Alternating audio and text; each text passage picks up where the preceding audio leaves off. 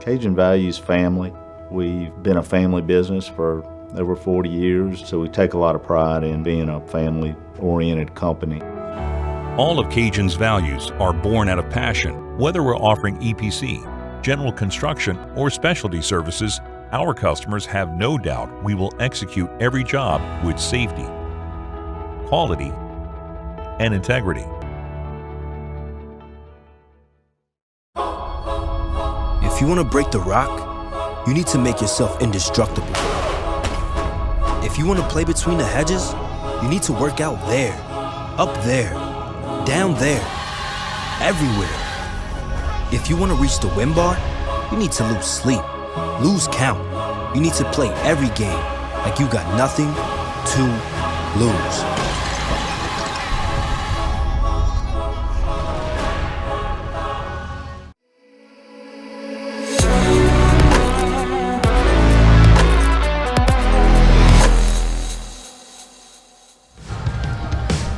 The LHSAA Prep Classic pregame show brought to you by Louisiana Farm Bureau Federation, the voice of Louisiana agriculture. The 2023 Ochsner LHSAA Prep Classic presents the Division III Select Championship game. Calvary Baptist and St. Charles Catholic ready for a showdown in Caesars Superdome.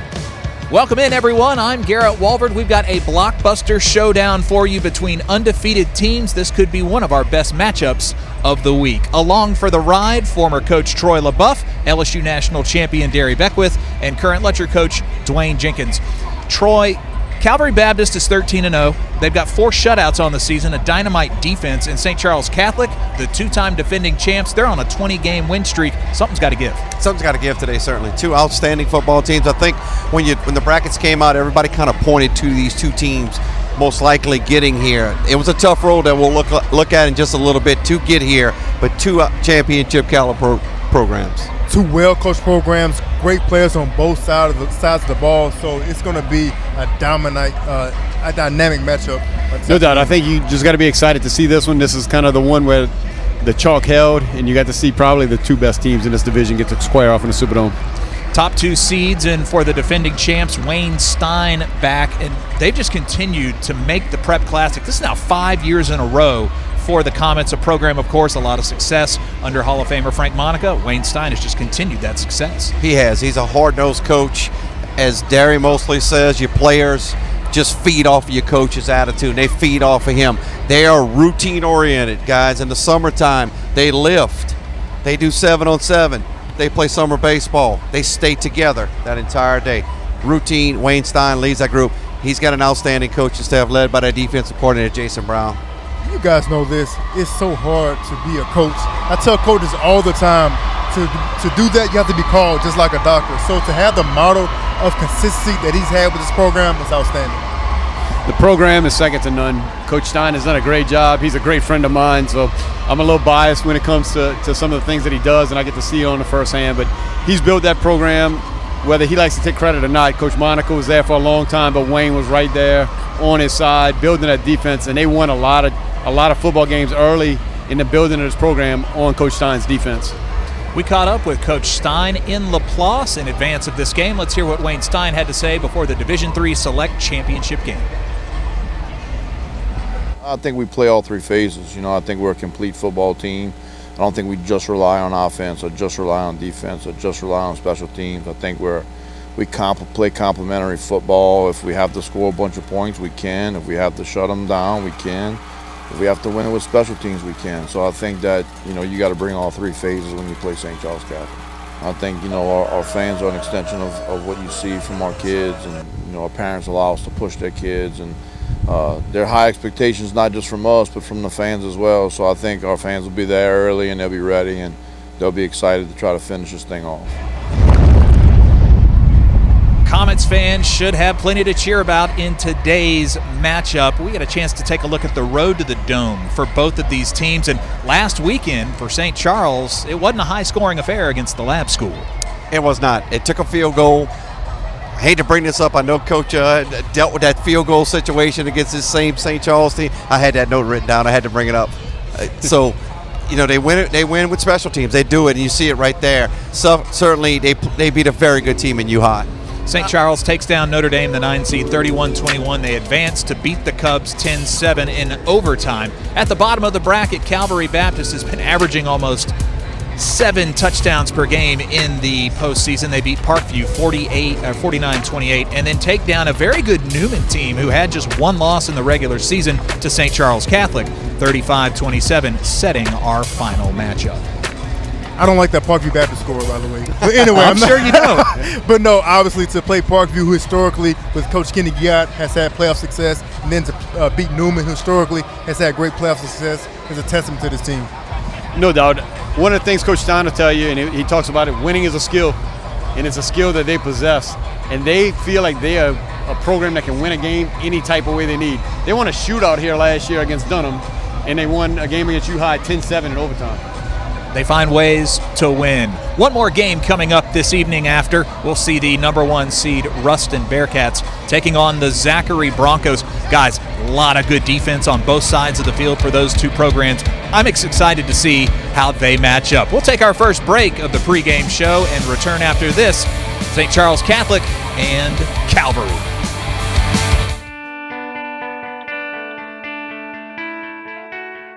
Before I got active in Farm Bureau at the level that I'm at now, I often felt like I was isolated on the farm. It was just me against the world. Now, with my Farm Bureau family, I got somebody going against the world with me.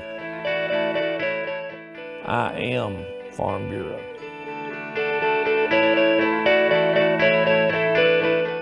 Today's Louisiana High School Championship games are presented by the following State Farm Insurance agents of Louisiana: Drew Dillio of Baton Rouge and Tag Rome of Blanchard, Bossier, and Shreveport, with 3 locations to better serve you. State Farm, here to help life go right. Tackle the road with courtesy value. Because every vehicle is equipped with tons of value. Score big with the courtesy value advantage. 1, we have a huge selection all on one website. 2, you can't pay too much for a vehicle at Courtesy. Because every vehicle comes with a courtesy value guarantee. Oh, including the warranty, covering hundreds of items. So you get top dollar if you decide to trade it in. 3, decide you don't love it? You got 3 days to exchange it. Take the winning drive to your local courtesy value dealer. When you're done celebrating your team's big win, it'll be time to start making plans for New Year's Eve. Tickets are on sale now for the 2023 New Year's Eve celebration at Crown Plaza, Baton Rouge. Dine, drink, and dance the night away to live music by Chase Tyler Band and Wayne Toops. Spend New Year's Eve at the Crown Plaza, Baton Rouge, sponsored by Jerry Lane. Sugar. It's part of this city's DNA. It flavors our favorite treats and even the little ways we interact. Hi, sweetie. For the past 90 years, the nonprofit Sugar Bowl organization has generated billions of dollars in economic impact for our local communities and the people who call this home. And you can help us give back while keeping the Sugar Bowl an elite game. Because what would we be without our sugar? So step up to support the Sugar Bowl and keep New Orleans sweet. Today's Louisiana High School Championship games are presented by the following State Farm Insurance agents of Louisiana: Brian Moe of Baton Rouge, Mitch Mula of Baton Rouge and LaPlace, and Mike Toops of Geismar. Like a good agent, State Farm is there.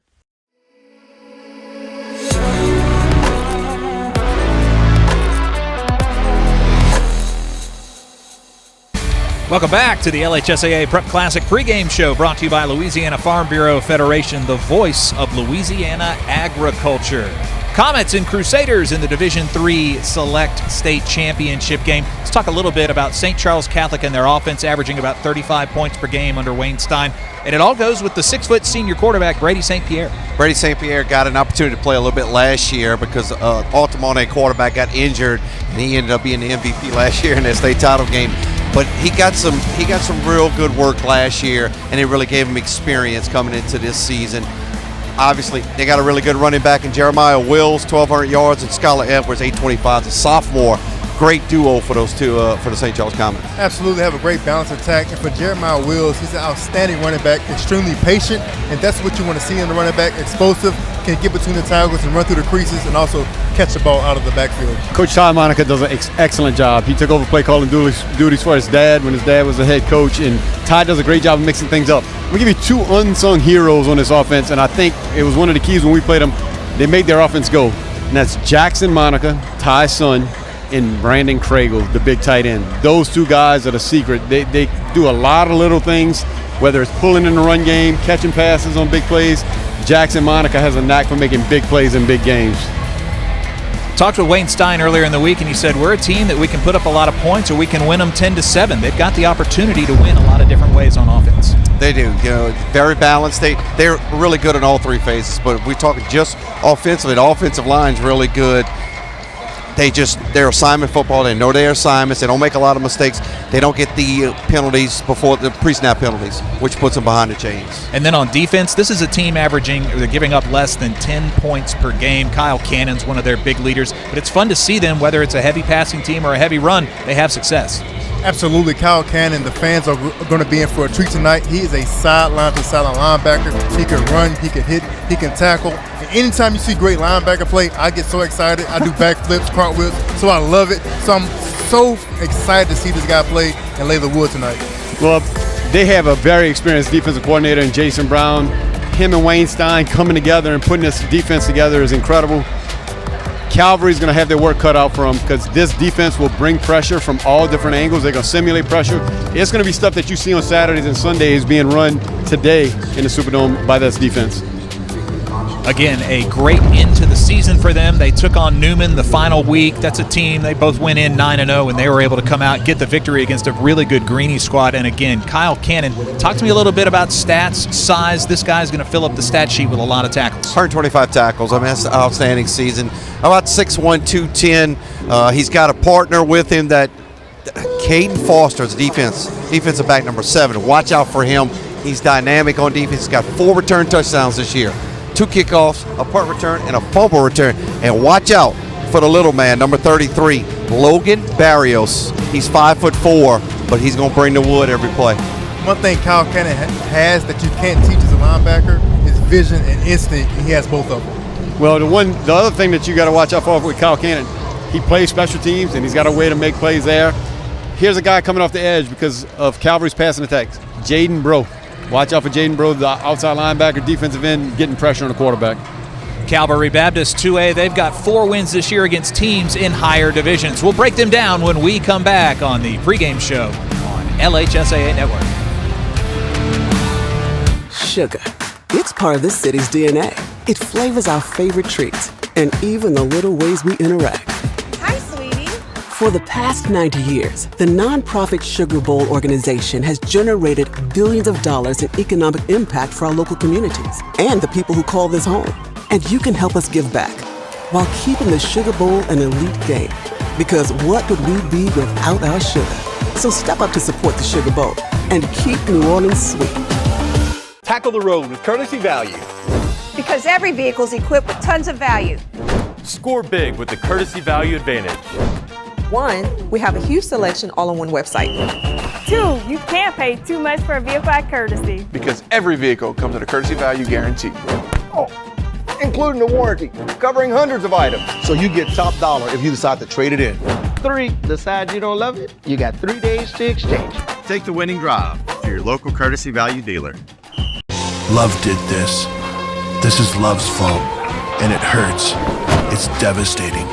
But you always come back for more. What else gets you up this early? What else makes you feel this wild, this ecstatic, this focused, this obsessed? Has to be love. It's in your soul, your head, your heart, your hands. You love the game. It's your nature. Nothing is more real. Cajun values family. We've been a family business for over 40 years, so we take a lot of pride in being a family-oriented company. All of Cajun's values are born out of passion. Whether we're offering EPC, general construction, or specialty services, our customers have no doubt we will execute every job with safety, quality, and integrity. At Ochsner, we know healing is a team sport. That's why we've partnered with world-renowned orthopedic surgeon Dr. James Andrews to create the Ochsner Andrews Orthopedics and Sports Medicine Institute. Whether you're a professional athlete or a weekend warrior, our team of specialists are dedicated to getting you back in the game. So whatever your reasons are for reaching your personal best, we've only got one: You. Ochsner Andrews Institute. Long live you. So it's going to come down to this. Can they do it?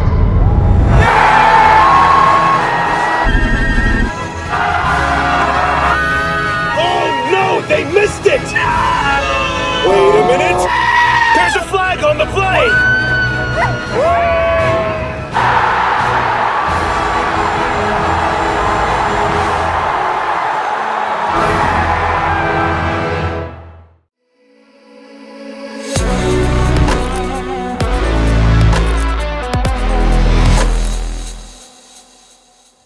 The LHSAA Prep Classic pregame show brought to you by Louisiana Farm Bureau Federation, the voice of Louisiana agriculture. Let's talk a little bit about the Cavaliers from Calvary Baptist. Sorry for that earlier mistake. Veteran head coach Rodney Gwynn oversees one of the most prolific offenses in the state, over 600 points rolled up, averaging 46 a game. They've got a couple of juniors in Abram Wardell and James Simon who make the offense go. Yeah, Abram Wardell's had an outstanding season. Took over last year as a starter. Number 4, he's a 2025 guy. He's a big-time recruit. You'll see his highlights coming up.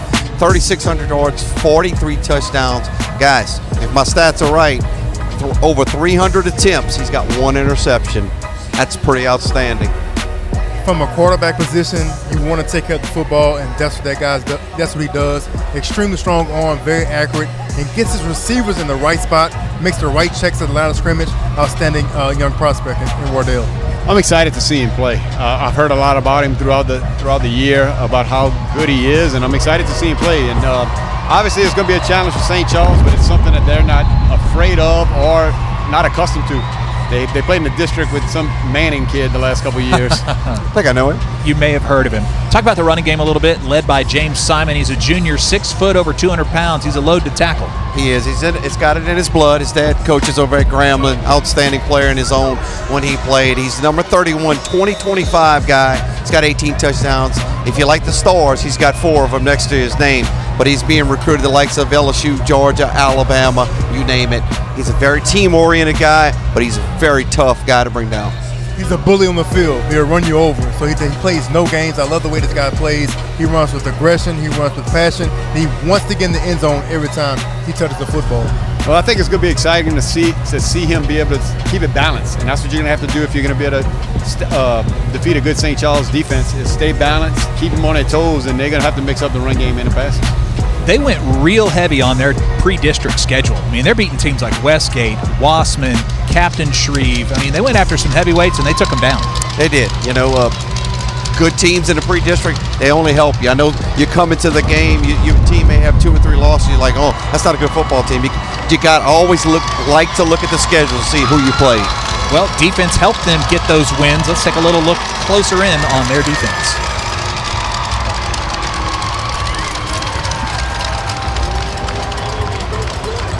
Oh, yes, their defense is incredible. They're layered about their defensive linemen. And one thing that they do for the D linemen, they rotate a lot of guys. And you want to keep your D linemen fresh. If you have fresh D linemen, that means you're going to get pressure on the quarterback, and they do a great job of doing that.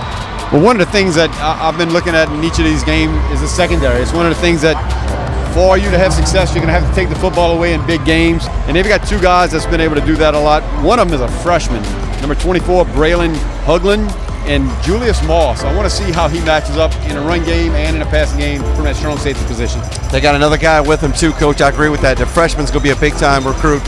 Landon Sylvie, he's a free safety. He will knock you. He will bring the wood to you. Talked about that defensive line. Ethan Sams, Trey Houston, Heath Gross. Those guys are really good up front. Well, we've broken down both teams. We'll get an inside look at the matchup from our broadcasters, Jeff Palermo and Coach Kaiser, when we return to our final breaks here on the pregame show, brought to you by Farm Bureau Federation. We'll be right back. People look up to our craftsmanship, Brits Incorporated. People look up to our roofing, we craft each job with care. Shingles, metal, slate, or tile, the quality's beyond compare. Raise your standards, set them high. You choose Brits, and here is why. People look up to our craftsmanship, Brits Incorporated. Today's Louisiana High School Championship games are presented by the following State Farm Insurance agents of Louisiana: Brian Moe of Baton Rouge, Mitch Mula of Baton Rouge and LaPlace, and Mike Toops of Geismar. Like a good agent, State Farm is there. Tackle the road with courtesy value. Because every vehicle is equipped with tons of value. Score big with the courtesy value advantage. 1, we have a huge selection all on one website. 2, you can't pay too much for a vehicle at Courtesy. Because every vehicle comes with a courtesy value guarantee. Including the warranty, covering hundreds of items. So you get top dollar if you decide to trade it in. 3, decide you don't love it? You got 3 days to exchange. Take the winning drive to your local Courtesy Value dealer. At Auctioner, we know healing is a team sport. That's why we've partnered with world-renowned orthopedic surgeon Dr. James Andrews to create the Auctioner Andrews Orthopedics and Sports Medicine Institute. Whether you're a professional athlete or a weekend warrior, our team of specialists are dedicated to getting you back in the game. So whatever your reasons are for reaching your personal best, we've only got one: you. Auctioner Andrews Institute. Long live you.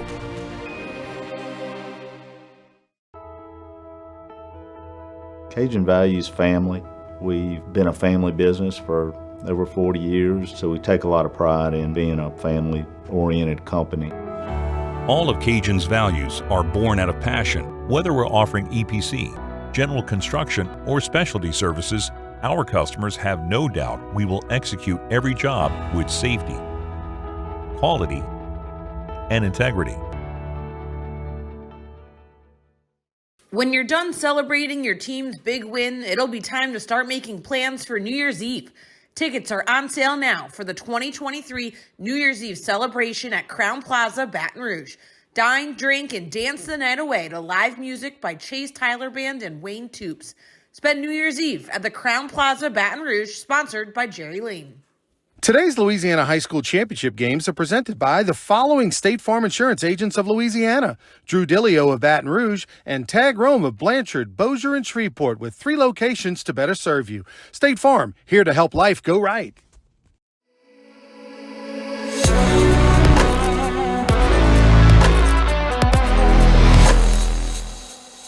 Prep Classic pregame show brought to you by Louisiana Farm Bureau Federation, the voice of Louisiana agriculture. Jeff Palermo just called an undefeated championship season for St. Thomas More. He's guaranteed to call another undefeated season, either Calvary or St. Charles.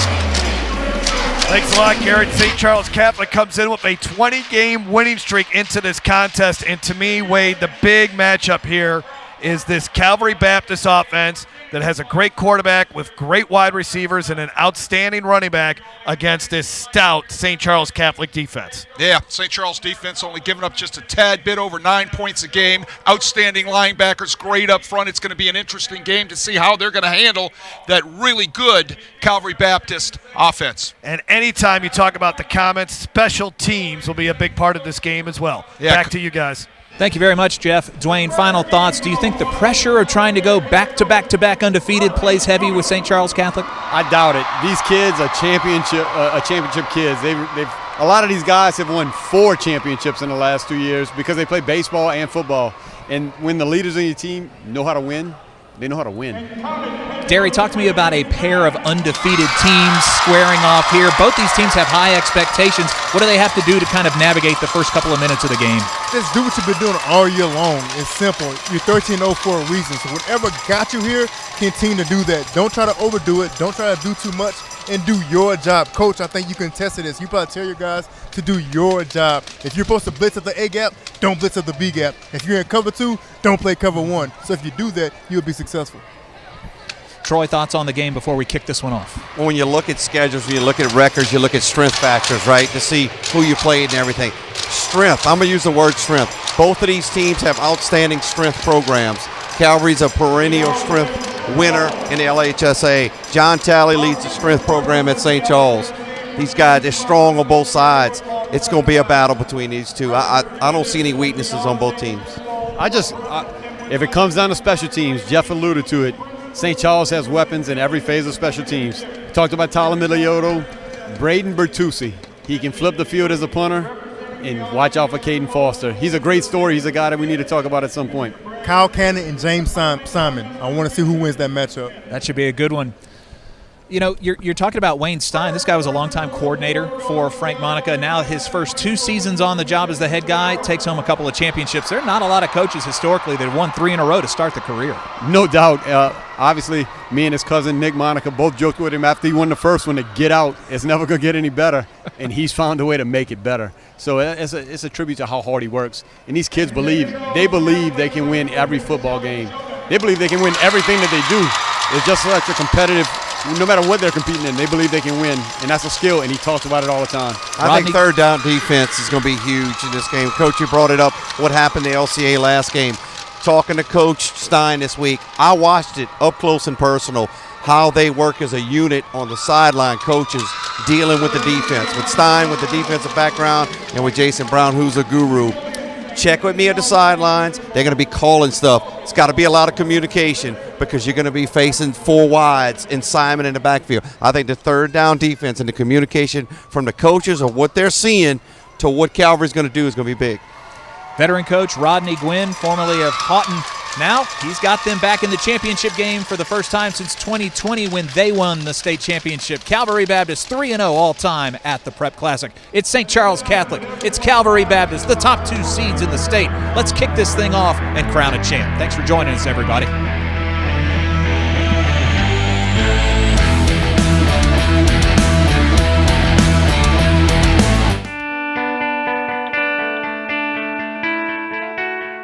Before I got active in Farm Bureau at the level that I'm at now, I often felt like I was isolated on the farm. It was just me against the world. Now, with my Farm Bureau family, I got somebody going against the world with me. I am Farm Bureau.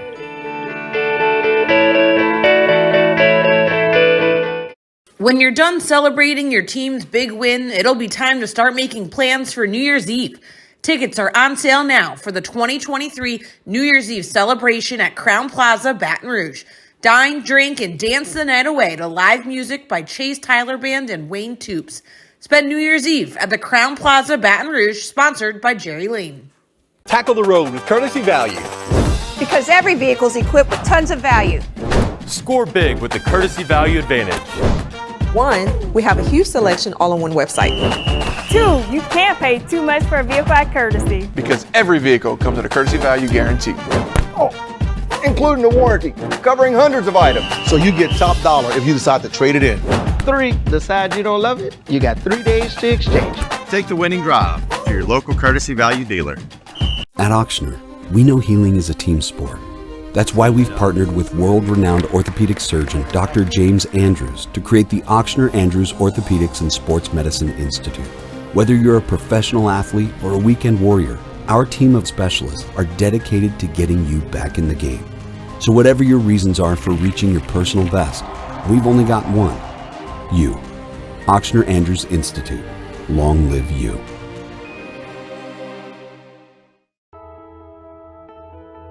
Cajun values family.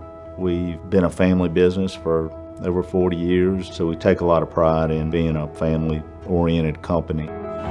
All of Cajun's values are born out of passion. Whether we're offering EPC, general construction, or specialty services, our customers have no doubt we will execute every job with safety, quality, and integrity.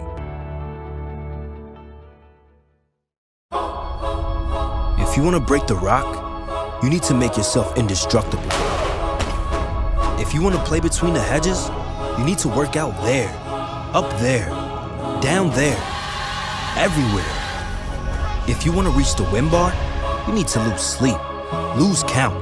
You need to play every game like you got nothing to lose.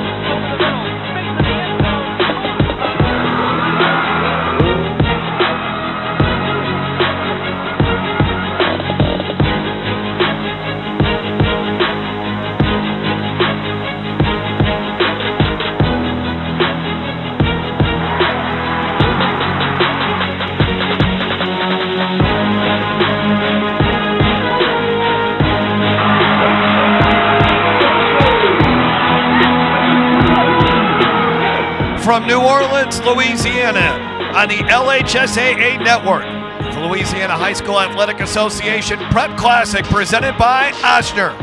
It's the Division III Select State Championship game, a battle of undefeated teams between the top two teams in this bracket. The St. Charles Catholic Comets looking to three-peat, while Calvary Baptist looking for its first state title since 2020. Hello, everyone. Jeff Palermo along with Coach Wade Kaiser. Thanks a lot for joining us. This should be a fantastic matchup. St. Charles Catholic has been outstanding all season long. Boy, they were battle-tested last week in an overtime victory against University High. Meanwhile, for Calvary Baptist, they defeated a very good Newman team in the semifinals to get here. Calvary Baptist has got an explosive offense, a good quarterback, great running back, outstanding wide receiver. St. Charles Catholic really good on defense. And don't fall asleep on that Comets offense. It's pretty good this year. Yeah, well, they're going to do all the things right offensively that they have to do. When they need to get a first down, they're going to find a way to do it. They figure things out. St. Pierre at quarterback is dynamic. He can run the football, he can pass the football, and he's a hard-nosed player. And I like their running back, Jeremiah Wills. Let's take a look at our keys to the game. As we're brought to you by Hub International. For Calvary Baptist, we were just talking about St. Charles Catholic running the ball. They got to stop the run here today. Yeah, they're going to have to stop James Simon. He's really a solid running back. They're going to have to protect their quarterback. St. Charles is going to have to move the chains. They got to stay within the boundaries of the chains and get first downs, and they've got to win the battle of field position. They did last week against University High. Defense, kicking game, field position. That's how they did it in the semifinals. 10-7 win over the Cubs against a matchup between two teams that have reached the semifinals for 10-plus years. And there you take a look at Calvary Baptist.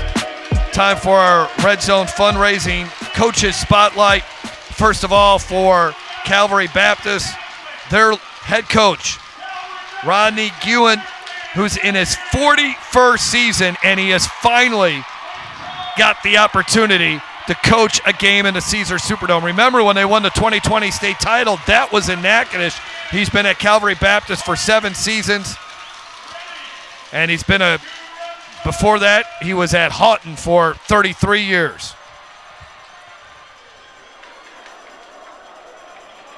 The Coca-Cola kickoff to begin the Division III Select State Championship. Calvary Baptist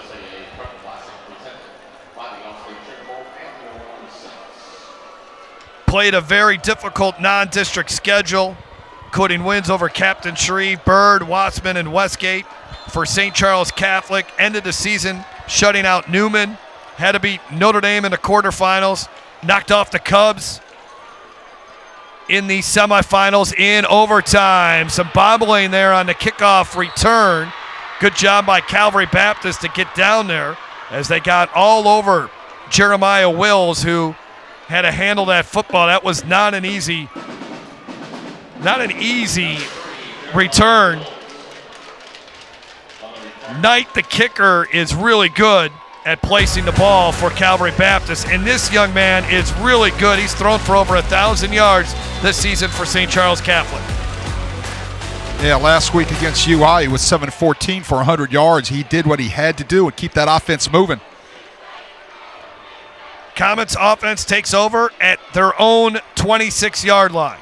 And not much running there. Great job by that Calvary Baptist defense.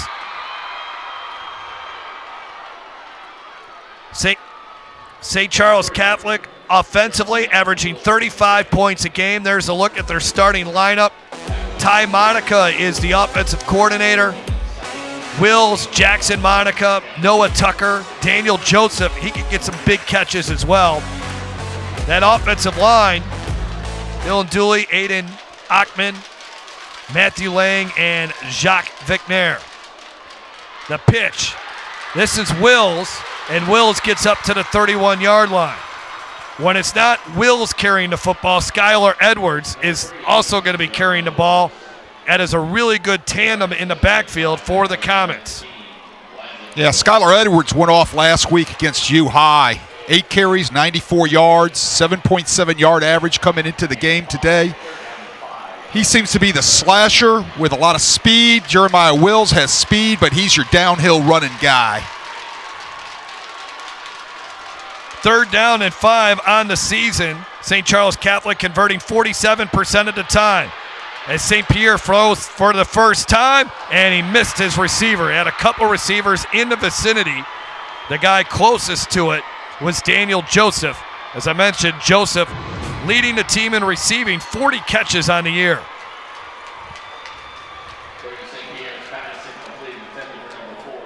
Special team game huge for St. Charles Catholic. Last week, they punted inside the 10-yard line 2 times. One of them resulted in a turnover and a touchdown. It's going to be interesting to see how that plays out today for them. Braden Bertucci punting for the 35th time. He's averaging 36 yards a punt, short, high punt. Return man takes it at the 38 on the fair catch. And Calvary Baptist, that was Aubrey Hermes who handled that fair catch. And good field position for Abram Wardell and James Simon.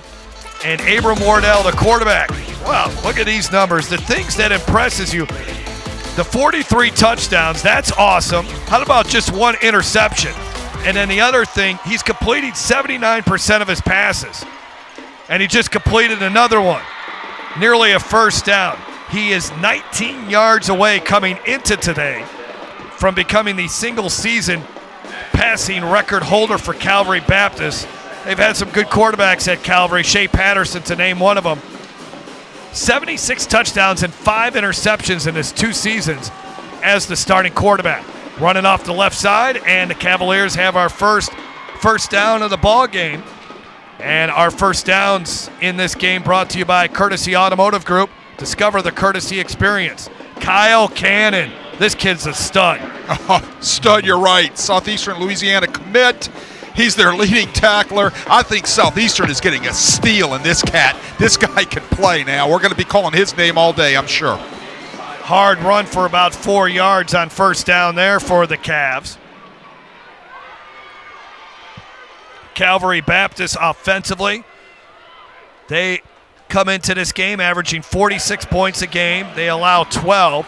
Wardell, the quarterback, Simon, Hermes, John Simon, those are brothers, Chris Jackson, Colby Thomas. Not much on that. Good offensive line. Jimmy Wright, the left tackle, is a 4-year starter. Leighton Terrell, the center, who's done outstanding for him. And there's the Comets defense. Love Braden Bertucci. Andrew Bosco is outstanding. Heltz, Loop, Zimmerman. Along that defensive line, Jaden Bro. They have allowed less than 10 points in 13 of their games this season. 3rd down and 4 for the Cavaliers. And Hermes got time, zips one, and that's complete for a first down. Caught on the play by Colby Thomas, their slot receiver, who is super fast. 65 catches on the season, and he's got 10 touchdowns. Yeah, Colby Thomas is exactly what you want to have in a slot guy, right? A guy that can run verticals, put pressure on linebackers and safeties, and then sit down in zone coverage like what you're going to get most of the day, a too-high coverage from St. Charles Catholic, and get yourself open and give yourself quarterback to your numbers so you can catch the football. Cavs looking for their 4th state championship, and a nice play there by Aubrey Hermes. He is their all-time leader in catches, deceptively fast. Northwestern State, one of the schools recruiting this 6'3", 180-pounder. Yeah, a lot of FCS schools in the state are looking at him. Northwestern, huge on him right now. 63 catches this season, averaging 20 yards a catch. Nearly 1,300 yards receiving. Here's Simon. Great job by the Comets. They got to him that time. Shane Zimmerman was really the first guy there. And then also streaking in there, Caden Comm. Yeah, Caden Comm. Tell you what, we'll talk more about him as we talk during the game. He's got 2 block kicks on the year. Let's just remember that when it comes to kicking time. 2nd down and 12 here for the Cavaliers, who lost in the quarterfinals. And the only other meeting against St. Charles Catholic back in 2016. Run 3rd down and 10. They only got about a yard there.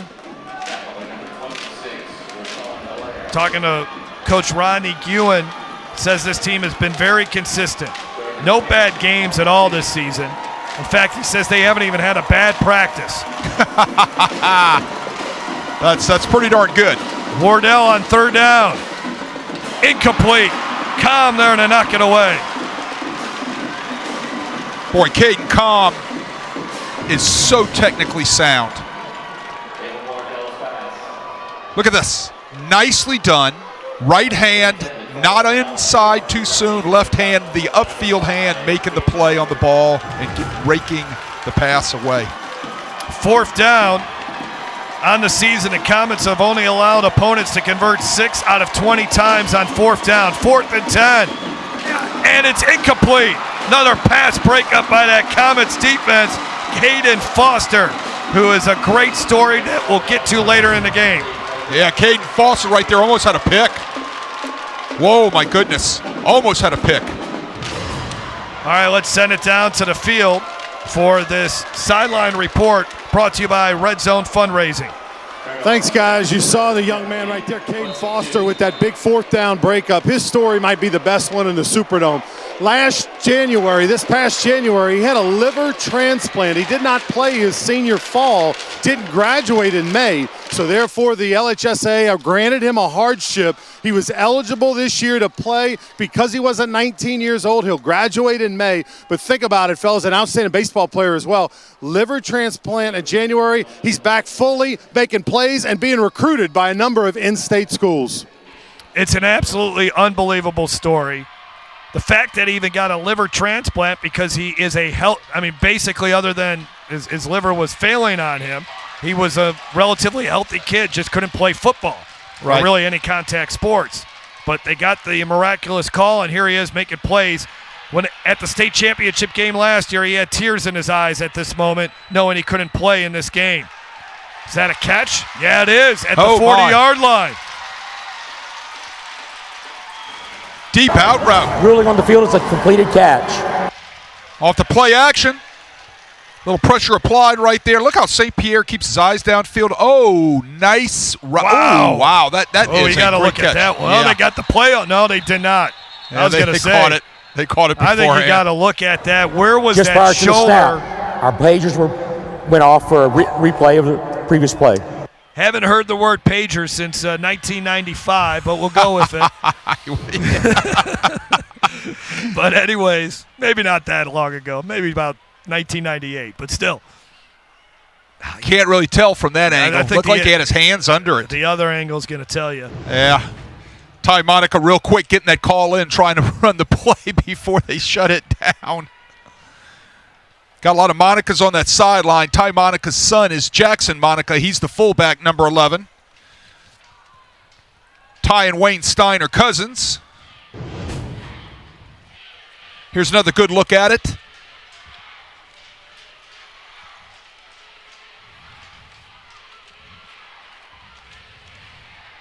Can't really tell. Dark jerseys, dark ball, green grass, right? It's all dark. You just can't tell.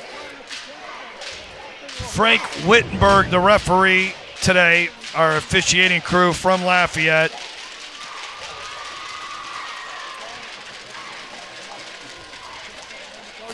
So is it a catch? And also, is he in bounds when he makes the catch? Two things to look at here on this replay. It looks like he had a foot in bounds. I might be wrong. Concentrating on the catch. Look, those dark jerseys have a purpose, After further review, the ruling on the field will stand as a completed catch. I think it's a catch, and I think he's in bounds. Yeah, they had a knee in bounds, hands underneath it. Those dark jerseys also hide the football, right? It's really nice on play-action passes, and it's nice on catches like that when it's got to be ruled with a video replay. 1st down and 10 at the 40. And you heard the call from Frank Wittenberg. He did not say confirm. They just said the play stands. So they weren't able to confirm it, but they'll go with the call on the field. Keeping it as St. Pierre. Now, getting back to that throw by St. Pierre, this is Well, first, let's show you the Calvary Baptist defense brought to you by Cribs Incorporated. Trey Houston, David Weeks, Ethan Sands, Nate Young on that defensive line. They'll rotate even more guys than that, 7 or 8 guys on that line. Cole Miller and Julius Moss have been really good, along with Heath Gross. He's been outstanding. And Landon Sylvie is the leading tackler. And then they got a freshman in Braylon Hughlin, who's got 6 interceptions on the season. Got an interception last week in the semifinal win over Newman. Second down, the pitch. Wills, not much running room. Cavaliers were all over it. One of the defenders there for Calvary Baptist was Caden Marcray, a defensive end, a junior at 6'1", 225 pounds. You're looking at Ethan Sands, who's a big kid that makes a lot of stops for them in the middle, 43 tackles, 15 tackles for a loss for him. It's been a good year on the defense. The defensive line in particular has played well. They knew the secondary would be good as well going into the season. 3rd down and 8. St. Pierre loads up and delivers a strike. Speaking of strikes, that's what he does. He's a pitcher committed to play at Southeastern Louisiana, and he hits Daniel Joseph, but wait a minute, there looks to be a flag. There's a flag on the play.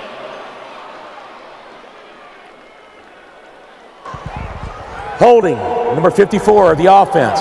10-yard penalty. Still first down. That's Matthew Lang, the junior offensive lineman.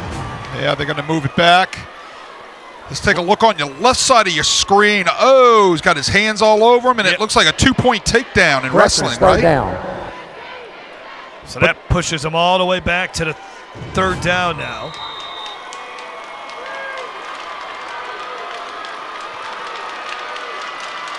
Second 3rd down try for the Comets. 3rd down and 18. They want to get the screen going, and they do. And it's a big play, and now it's a foot race. Daniel Joseph to the end zone. Touchdown, Comets. That was blocked perfectly. A little wide receiver tunnel. You had 2 other receivers out there blocking for him. He had 2 defenders getting blocked. He got 2, split 2. He gets vertical. No free safety in the middle of the field to be able to run down and cut him off. Here's another look at it.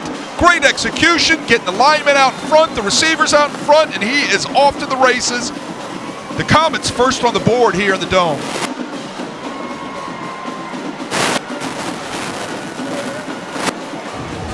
Caleb Houston, the senior, had one of those big blocks. That went 68 yards for the score. The extra point is good. Tyler Milotto has been outstanding when it comes to that department. I believe he's now 48 of 50 on the season in extra points. Boy, great execution. Great play call by Ty Monica and staff. Nice job by those wide receivers, blocking on the perimeter. Let's take a look at our Red Zone coaches. Focus, Red Zone fundraising. And Coach Wayne Stein, all this guy does is win. 35-3 in his 3rd season as a head coach. Won a state championship in 2021, 2022. Also, those seasons, he won a state championship in baseball. He will not be the baseball coach this spring. Got to give something up eventually. But Wayne Stein, who is a longtime assistant for Frank Monica, has he's got a powerhouse here. I mean, for St. Charles Catholic, this is their 5th consecutive season that they've made it to the state championship game, and they've been all over the place. They've played state title games in Lafayette. They've played state title games in Ullman. They've played a state title game in Natchitoches. The last 2, though, here have been in the Caesar Superdome, and he thought one of the advantages they had going into this game, the fact they played in this building last year, and Evangel has never played in this game, or at least their players and coaches in this stadium. Return up to the 23-yard line and a flag out there as well.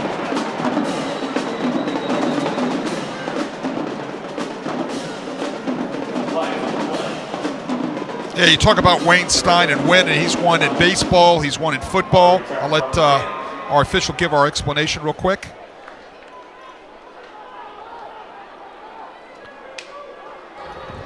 During the return, illegal block in the back, number 21, for the return team. 10-yard penalty, first down. He was part of a state baseball championship when he was in high school.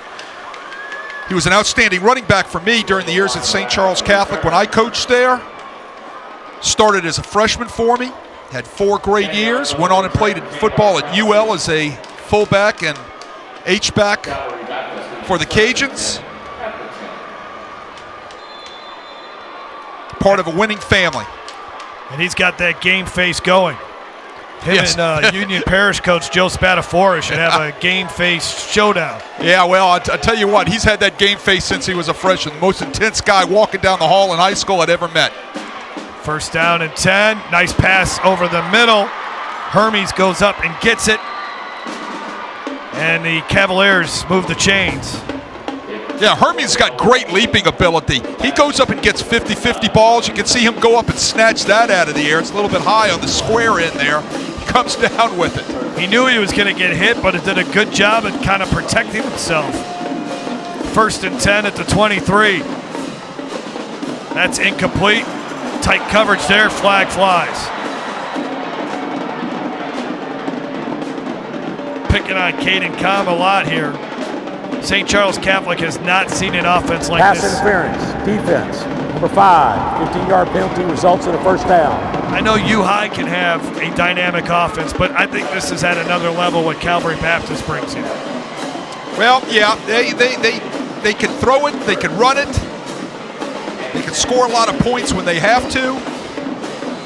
If they can't get something going with the running game, they can always cue in their screen game with their wide receivers, and they can throw it vertically down the field. Trying to get James Simon involved. Well, he's the guy you got to get going. 1,400 yards rushing this year. Look, SC schools love him. 6'1", 195 pounds, that's got speed, right? And he's been big in the postseason, over 600 yards rushing, 6 touchdowns. Yeah. Last week against Newman, 155 yards. He's super fast. Right. And Coach Rodney Guin says he runs with aggression. Second out and 7 for Wardell. Wardell moves up in the pocket, got away from one defender, and then brought down at the 44. And do we have a horse collar here or a face mask? One of the two. I think it's going to be a horse collar on Matt Loop. And Matt Loop had that hand up in the helmet area. And Frank Wittenberg getting a lot of TV time early on here. Personal foul, horse collar tackle, number 4 of the defense, 15 yards, first down. He's hitting that pager.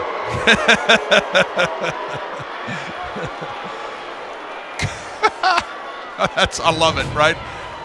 The only time I ever used a pager was when I was riding a tractor when my wife was pregnant. Yeah. And that thing would buzz. She had to go to the hospital, right? That is the, I believe, the 3rd penalty already here for the Comets. Up the middle. Yeah, it's hard to run against this St. Charles Catholic defense. Yeah, well, it's hard to run against number 22, Kyle Cannon, who stepped right in there and made that play.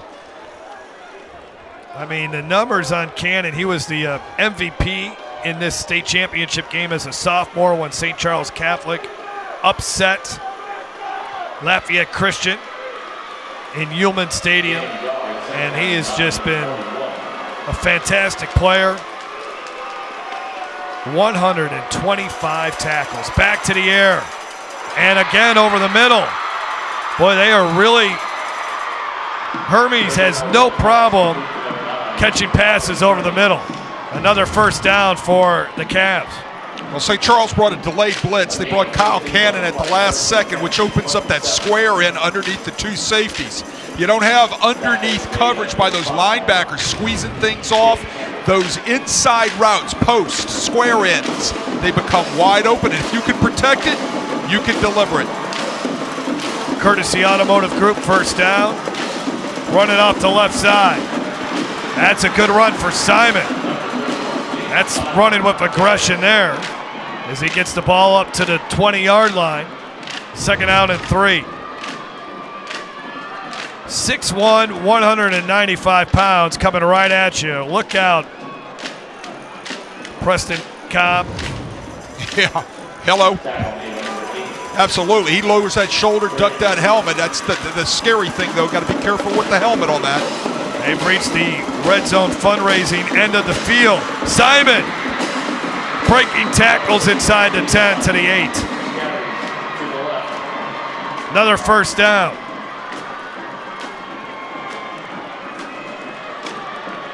First and goal at the 9 for Calvary Baptist. Yeah, physical runner, downhill runner. He's looking for contact. Wardell. That was going to be a tough completion. There were a lot of bodies over there. John Simon IV, who is the brother of James Simon, was one of the receivers in the area. Andrew Bosco gets his hands on it, I believe, as he's back there in coverage. At the last second, knocks the ball away right there. Nice job. Swats it down. I think it was actually hit even before that. Right. Second down and 9, or actually second and goal from the 9.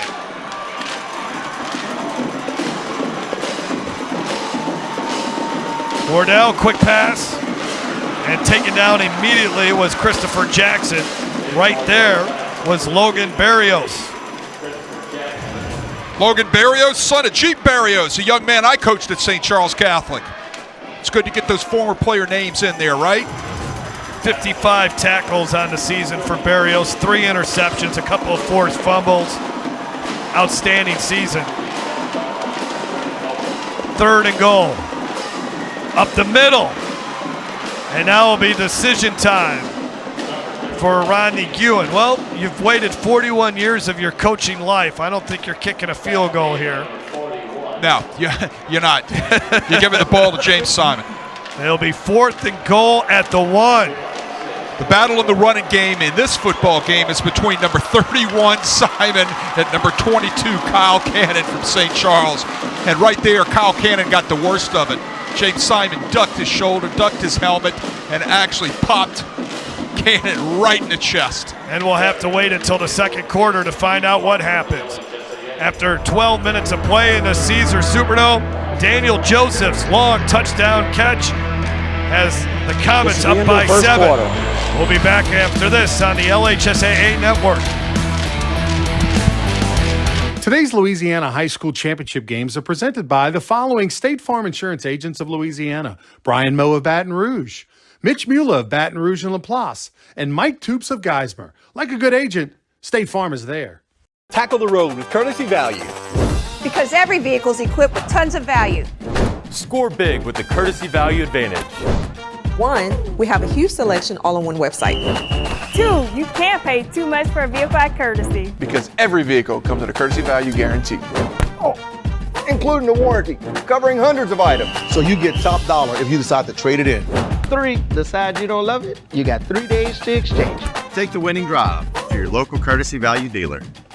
The Louisiana Sports Hall of Fame and Northwest History Museum is located on the banks of the Cane River in historic downtown Natchitoches. And each and every summer, the Louisiana Sports Hall of Fame comes to life with the Hall of Fame Induction Weekend. With parties and festivities all weekend long, we celebrate the Hall of Famers, and this year's no different. Make your plans June 20th through 22nd to be there to see Drew Brees, Daniel Cormier, Frank Monica, Simone Augustus, and many others. Go to lasportshall.com and get your tickets now. At Auctioner, we know healing is a team sport.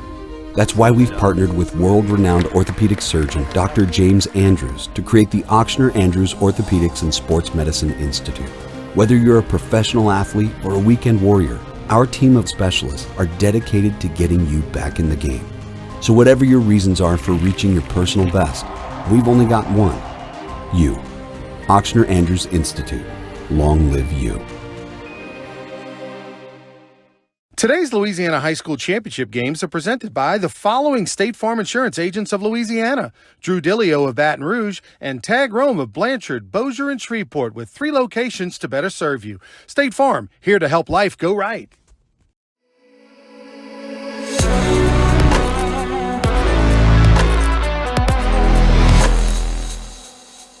They go at the 1, they go for it, and it's an easy touchdown for the Cavaliers. 7-6 ball game. Calvary Baptist will try to tie it on the extra point as James Simon into the end zone for the 19th time this season. They brought in Ethan Sands, a defensive tackle, to lead the way off the left edge of the Cavaliers. Take a look at 54 coming right here, trying to clean things up. Gets a piece of two guys to get Simon into the end zone. Knight on the extra point try. Tashay Knight had it blocked. There's that Comet special teams showing up.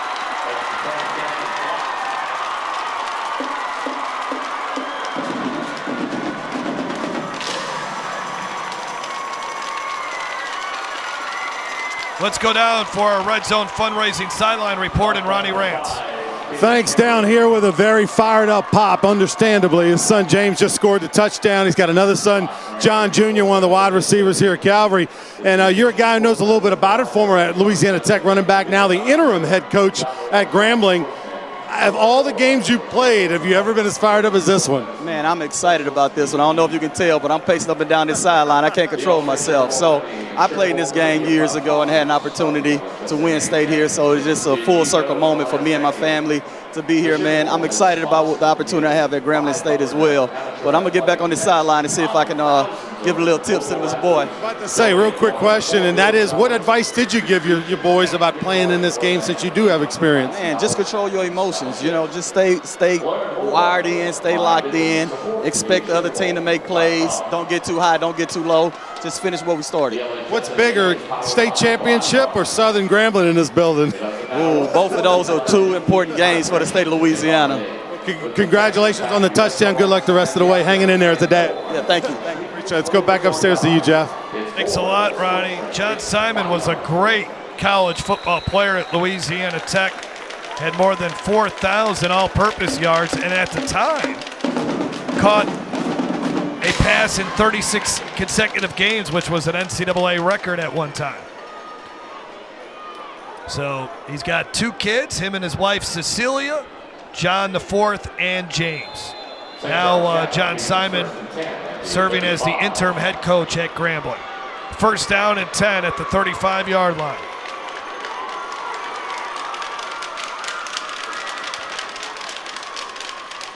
Running off the left side, this is Skylar Edwards, and Edwards gets about 8. Good change of pace back.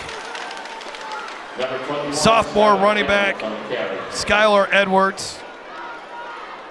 Edwards on the season, he's rushed for 825 yards, 11 touchdowns, averaging 8 yards a carry. Second down and 2 here for the Comets.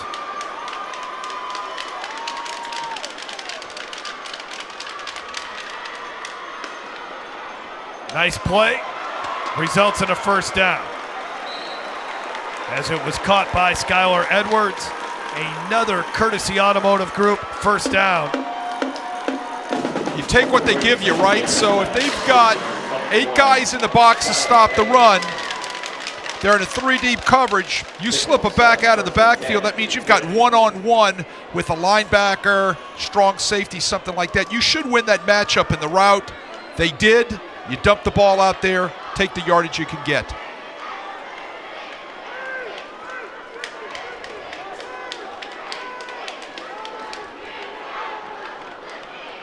First and 10 at the 50.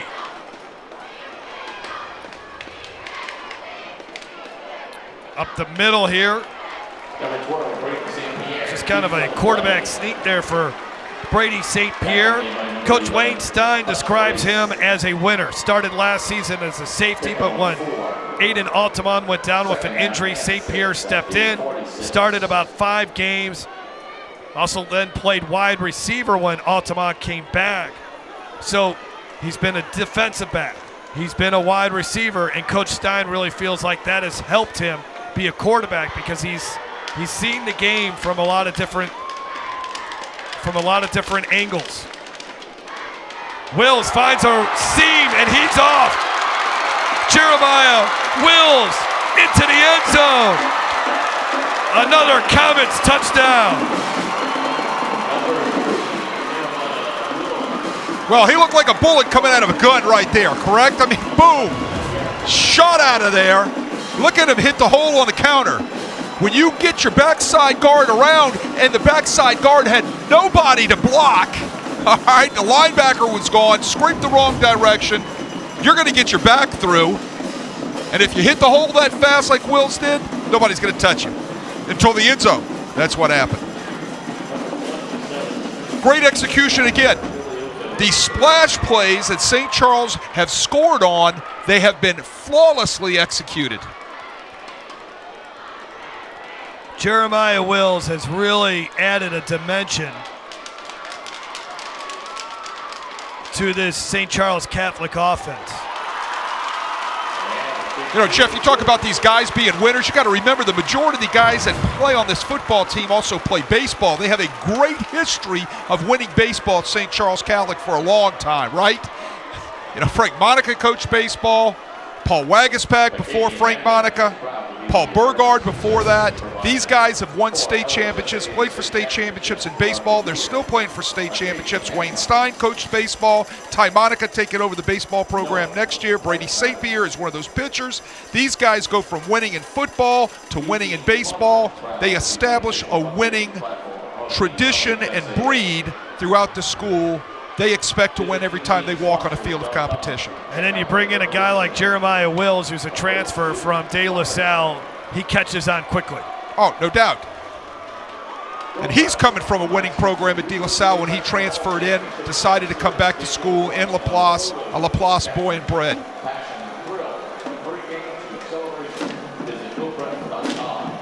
Tyler Miliotto has it teed up. Maybe a little bit more offense than we expected early in the second quarter. A couple of big plays here for St. Charles Catholic, and they have an 8-point lead. Taken from the 12, but not much further after that. 68-yard touchdown reception for Joseph. And then Wills' 46-yard touchdown run. Last time Calvary Baptist had the ball, 11 plays, 90 yards, 4 minutes and 12 seconds, and then capped off with the 1-yard touchdown run by James Simon. 11 yards on the return. Calvary Baptist begins first and 10 at the 23.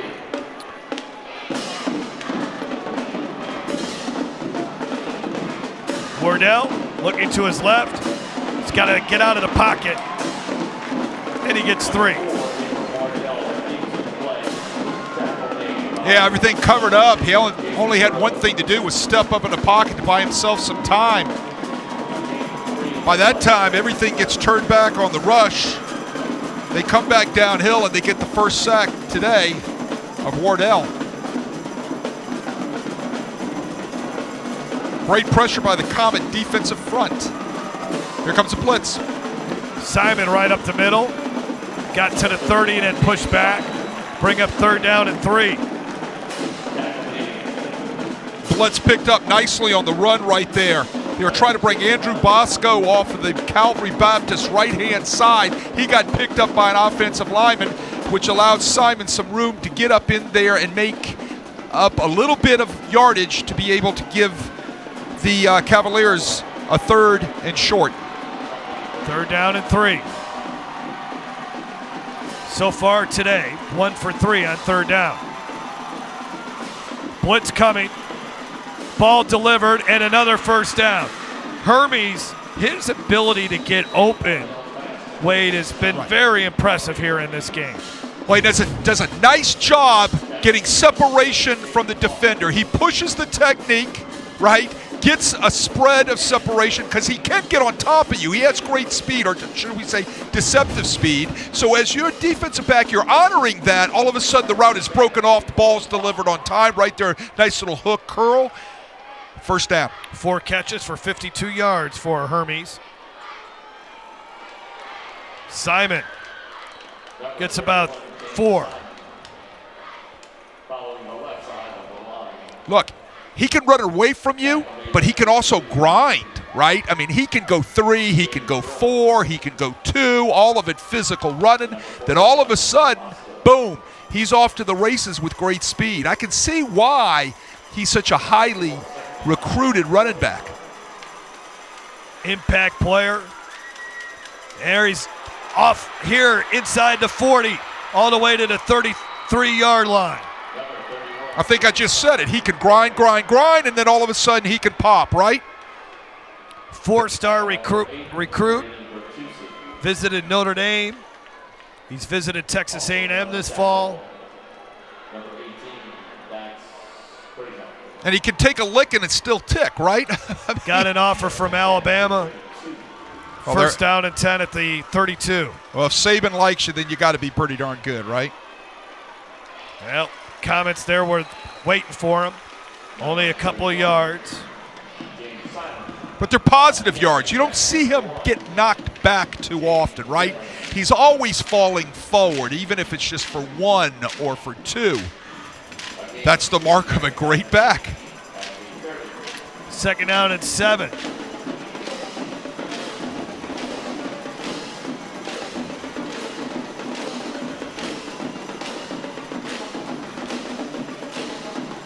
Motioning into the backfield and getting the handoff. That is Julius Moss. Moss gets a carry. Bit of a change of pace with Julius Moss, who's at 5'9".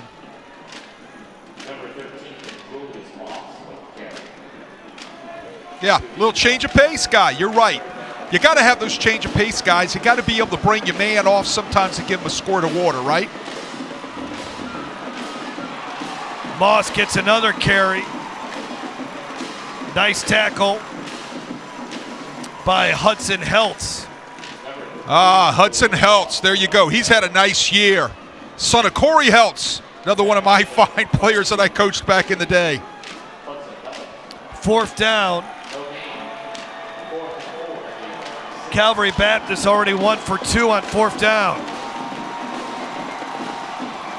4th and 3. Pressure from behind. Pass complete. Not enough for a first down. Great job there defensively. Caden Foster to tackle. Colby Thomas was brought down. And the Cavaliers' drive stalls. Big hit there by Foster. They're running mesh routes underneath the linebackers right there. One crosser one way, one crosser the other way. It's commonly called mesh, right? You got to stay at home. They're trying to get the linebackers to chase the 2 drags and to open up a void area right there. Those linebackers very well coached. Stay home with the huge hit by Caden Foster. Second time Foster has made a big play on fourth down. At the 24-yard line now for Brady St. Pierre.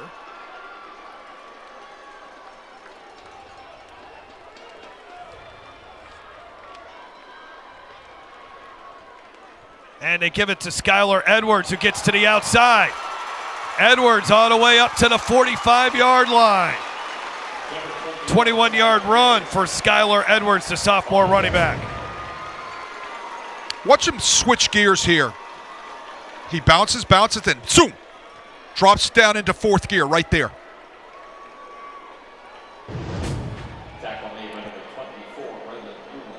Braylon Hughlin on the tackle. Well, this Calvary Baptist defense, they're going to have to stiffen up here. They're getting hit with some big plays, big runs. Got to figure out a way to slow down this Comets offense. Will, there you go. Wills is plugged there. Will's ball, did it come out? Cavaliers say it's their football, but the official is saying no.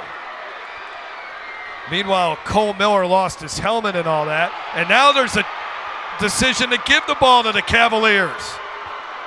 Oh, they needed that. I'm sure that's going to get looked at. Yep.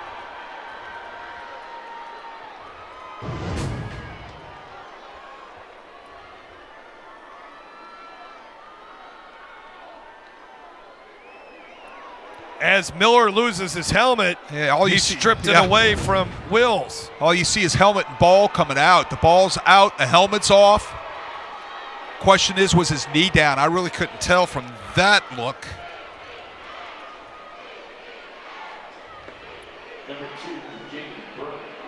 Nobody's sure they're glancing at it right now. I'm sure they're looking at it. In fact, the official's telling them, hold on a second. Yeah, that pager's going off. Look, I'm aware of that out, right? I mean, because I think that's the line of the day. Knee down. Yeah. I agree. The knee is down. So we may have a reversal here. I used the word may.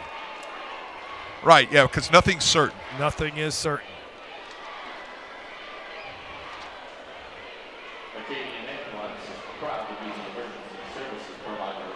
Well, Coach Ewan has been a legendary figure there in in Northwest Louisiana. Imagine the amount of lives he's changed, the number of kids that he's mentored over the years, all those years over at Houghton where he coached Dak Prescott for some of those seasons, and then coming over to Calvary Baptist and what he's been able to do for the Cavaliers. That's getting right. It back to the state championship game.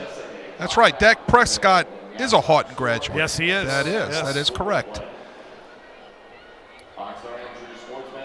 And he's got a good team here, and he's got a team, too, that, with Abram Wardell coming back next year and James Simon coming back, and Colby Thomas, and a lot of the guys on defense. They're going to be tough to beat. Now they're going to be losing Aubrey Hermes and John Simon IV. Yeah, but that's a great community there, and they have a nice little program where they build it up through the ranks with their younger kids in a school that has an elementary school. Well, Wayne Stein is saying, how is this not being reversed? Because the offense for Calvary Baptist is still on the field. He does not like that explanation. I can tell by that look. You've seen that look before? Yes, I have. You got to pick and choose your battles when you're going to yell at an official, right?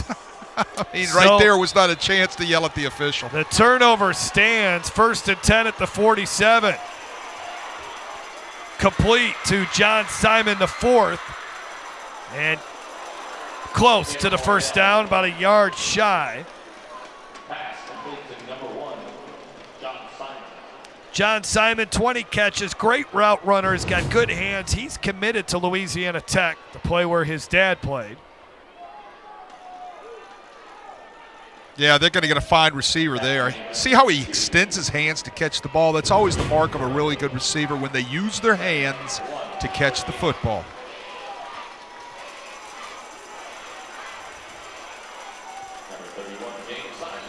James Simon then gets the carry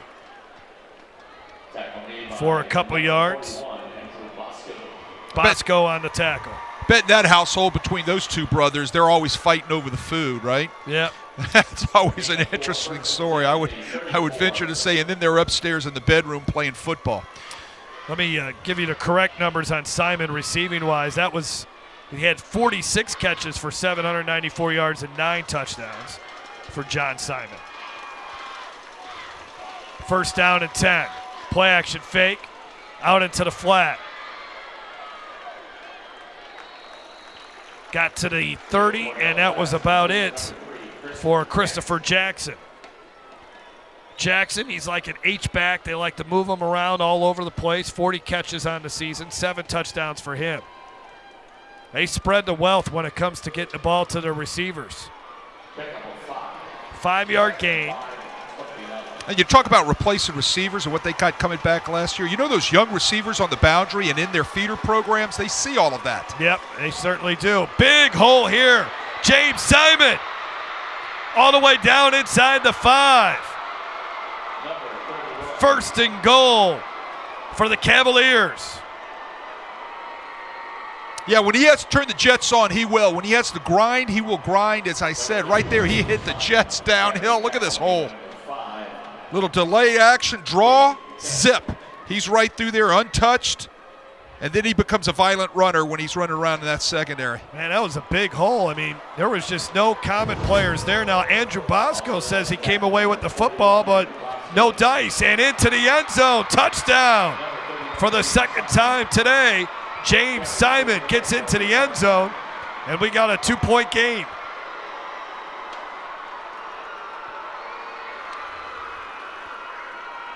We talk about Calvary coming up with an answer for St. Charles's running game.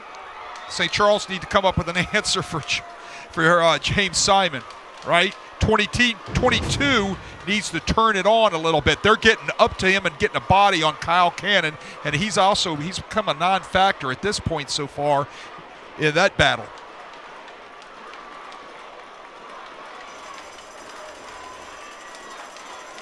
Comets blocked the last PAT for their 6th block kick of the year. They know how to scheme the kicking game and block kicks.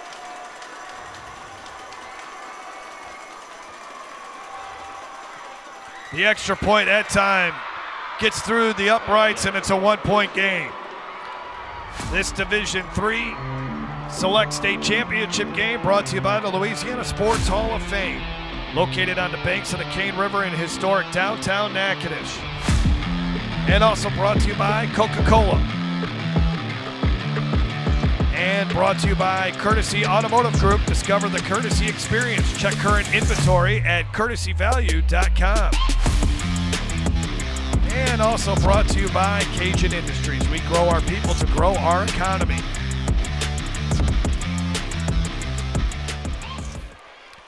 How about the game that Simon had in the quarterfinals against Parkview Baptist? He rushed for 322 yards in that quarterfinal win over the Eagles and had 4 touchdowns. That set a school record for yards in a game. Yeah, he has offers from nearly every Power 5 school. And he wants to play the game at the highest level. Watches a lot of film to try to figure out how to get better. Yeah, after that Parkview game, he needed an ice bath, right? Yeah. I mean, 300 yards and 4 touchdowns.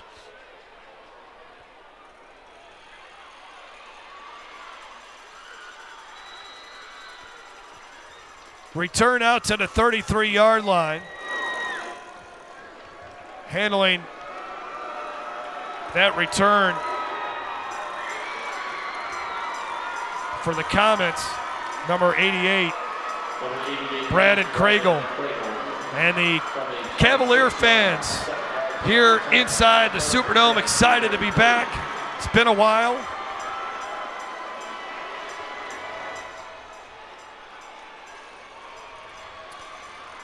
Comets offense goes back to work, but nothing happening that much on that play. Maybe a yard or two, that's it. Yeah, Jackson Monica trying to run a little inside trap off a buck sweep action. Number 11, Jackson Monica. Wayne Stein used to run that play at one time as a fullback for the Comets. This is the first time that Calvary Baptist has been back here to the Dome since 2014-13 when they won back-to-back titles. 2nd down and 9. Low snap. Handed off on the jet sweep. Skylar Edwards to carry close to the 40, brings up 3rd down. Inventing ways to get the balls into your playmakers' hands. That's the name of the offense, right? So you line people up wherever you can. You put them in motion. You hand the ball off to them. Throw the ball backwards to them. Throw the ball forwards to them. But get the ball in the hands of your playmakers. And Skylar Edwards is one of those guys for the Comets. 1 for 2 on 3rd down are the Comets. Under 2 minutes to go in this Division III Select State Championship game for the first half. St. Pierre, here comes the pressure. Look out, they got him. Came in there unblocked. Julius Moss, who continues to keep making plays for this Cavaliers defense. Only 5'9", 175 pounds. But he is quick, and he is a playmaker. Brought him up the Comets' right edge. They missed the block. It was a lookout block, and all of a sudden Julius Moss is all over St. Pierre. Dialed up the blitz perfectly there. I believe a timeout has been called. You would think the clock is stopped. We have not heard from the official.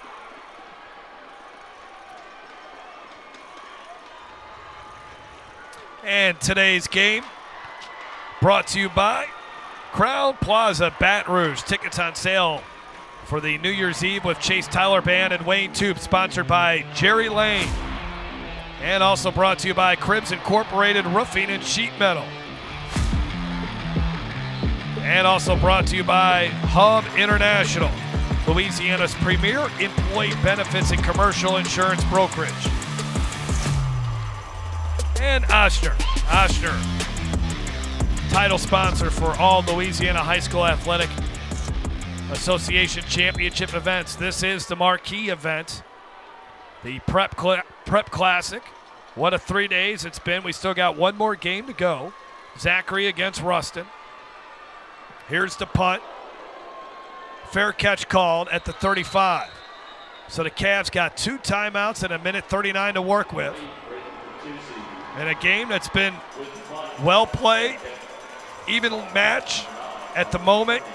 Cavs got 200 yards of offense. Comets got 178. Yeah, it's been clean. 2 good football teams attacking each other. Only 4 penalties. Big turnover by the Comets. They lost a fumble. I mean, number 1, number 2 seed is playing itself out on a bracket. Yep, 2 undefeated teams. Wanted the screen, Comets saw it, and now Wardell just got to throw it away. That should be Lyman downfield, and it is. There's the flag. Wayne Stein was looking for it, say, hey, let's push him back.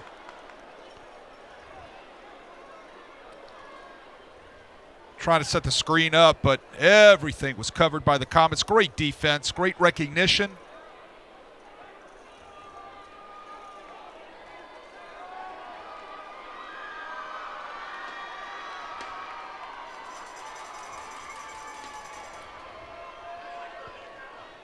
Oh, they're picking it up. Well, that's not going to make Wayne Stein happy. I'm looking at him right now. Let's watch it again. The question is, did the pass go beyond the line of scrimmage? Is that the question? Yeah. For sure. Yeah. Oh, heck yeah. What? Yeah, what's Wayne Stein saw it right off the bat, but whoa. All right, now this is a battle you got to fight, Wayne, right here. It needs to be in somebody's ear. 2nd down and 10. Draw to Simon. Simon trying to get out of bounds, and he does. Picked up the 1st down to the 48. You know, there's a couple ways to calm down a really aggressive rush and an aggressive defensive front. Screens, draws. Love the execution on the draw. Executed very nicely by the Cavaliers. A lot of running room for Simon to be able to run downhill.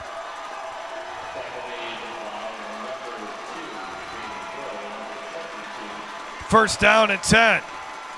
Pass is complete, flag down. Should be right in the area of holding.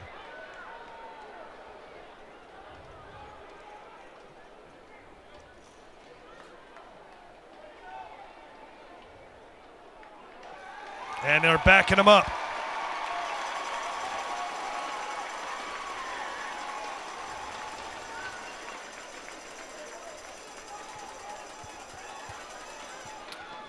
The explanation on that no call was because the quarterback was not in the tackle box and he was throwing it away. There's no illegal man downfield. Right, but the problem with that is they have linemen downfield on a forward pass. Yep. Past the line of scrimmage, which is the rule. Over the middle, intercepted. Picked off on the tip drill. As the Comets get a big turnover there, Braden Bertucci. He gets another one, right? I think that's his 3rd pickoff of the year. You're right, off the tip drill. That's why you practice it, Jeff. Here we go. Looking for the square in again. Great disruption by Caden Foster, who's right in the middle of the play again. He's having a nice day so far. Tips the ball in the air, and Bertucci comes up with it. Comets are in business with 1:03 left in the half. How many turnovers have we seen in this Prep Classic right before halftime?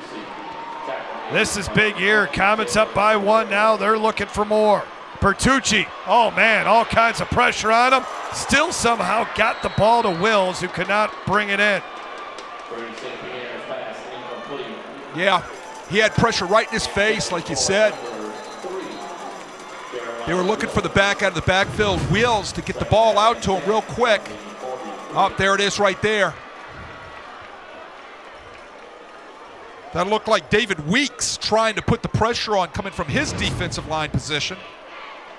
He's a sophomore, 6 foot, 185 pounds, light in stature, but great athleticism. So second down and 10. Please reset the game clock to 56 seconds. I think they were fixing his pager. I told you I'm going to wear that out. No, I have not heard that word. I think 1999 as I'm going back in my brain. And you've said it, we first heard it from a referee, and now you've said it a half a dozen times. There you go. Second down and 10. Under a minute to go. Middle screen. And it's there for the Comets. Close to a first down. Love the play design. They tried to fake the halfback screen with a pump to move the linebacker out of the way. They bring the tight end back under. That's Brandon Craigle to get behind the offensive line that was setting up a middle tight end screen. Great execution on that play. Craigle, 21st catch of the season, over 400 yards receiving. St. Pierre to the end zone as receiver gets tangled up with the defender. Flag flies.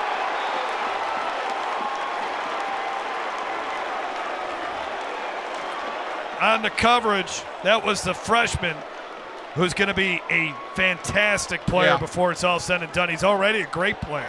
Pass Braylon interference, Hughley. number 24, the defense. Yeah, he knew he was beat. I think he reached out and kind of tangled himself up with the receiver. You can take a look at it ground level right here. See if we can see. Yeah, right there. You see where he's beat? He just pulled on his jersey to pull him down. And thank goodness it's only the 15-yard penalty. I hate the NFL call. Hate it. Yes. Hate it with a passion. And plus, it gave him a first down, but in relevance, it is not an automatic first down in high school. St. Charles Catholic in the red zone fundraising end of the field. Brady St. Pierre showing that he can run the ball a little bit, gets about 3. Yeah, he's another one of these guys that's not going to run away from you all the time, but he's going to run the ball just enough to pick up a first down here. Timeout, St. Charles. That's our second of the half. A yard or two there when needed, right there, quarterback draw. You know, he's not going to be the burner, but he's going to be adequate. Hub International is Louisiana's premier employee benefits and commercial insurance brokerage. Chances are you're probably already doing business with someone who does business with Hub. Turn to the agency that the Tigers, Saints, and Pelicans choose, Hub International. Visit them today at hubinternational.com. Second down and 6, 24 seconds here left. St. Charles Catholic has just one timeout left.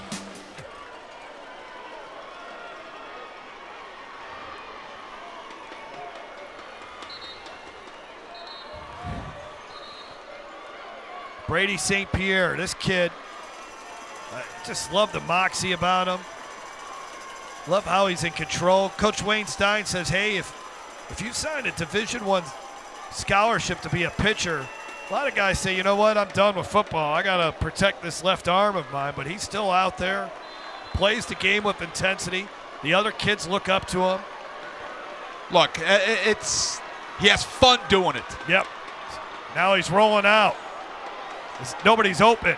He finds someone open at the last second. Touchdown, Comets. What a beautiful pass. Daniel Joseph for the second time tonight. Well, you talk about Brady St. Pierre, about making plays as a winner. That is a winning play right there. He puts the ball in the only place Daniel Joseph can catch the ball.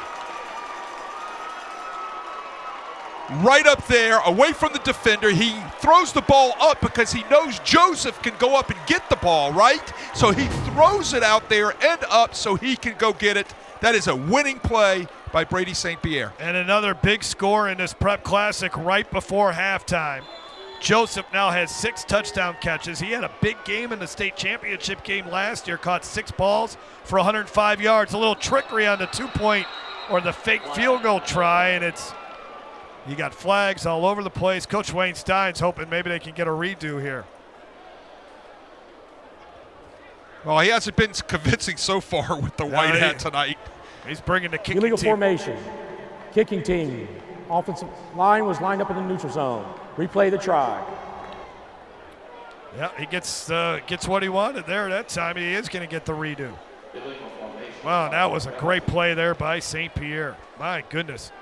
Number 27, Tyler. On the roll.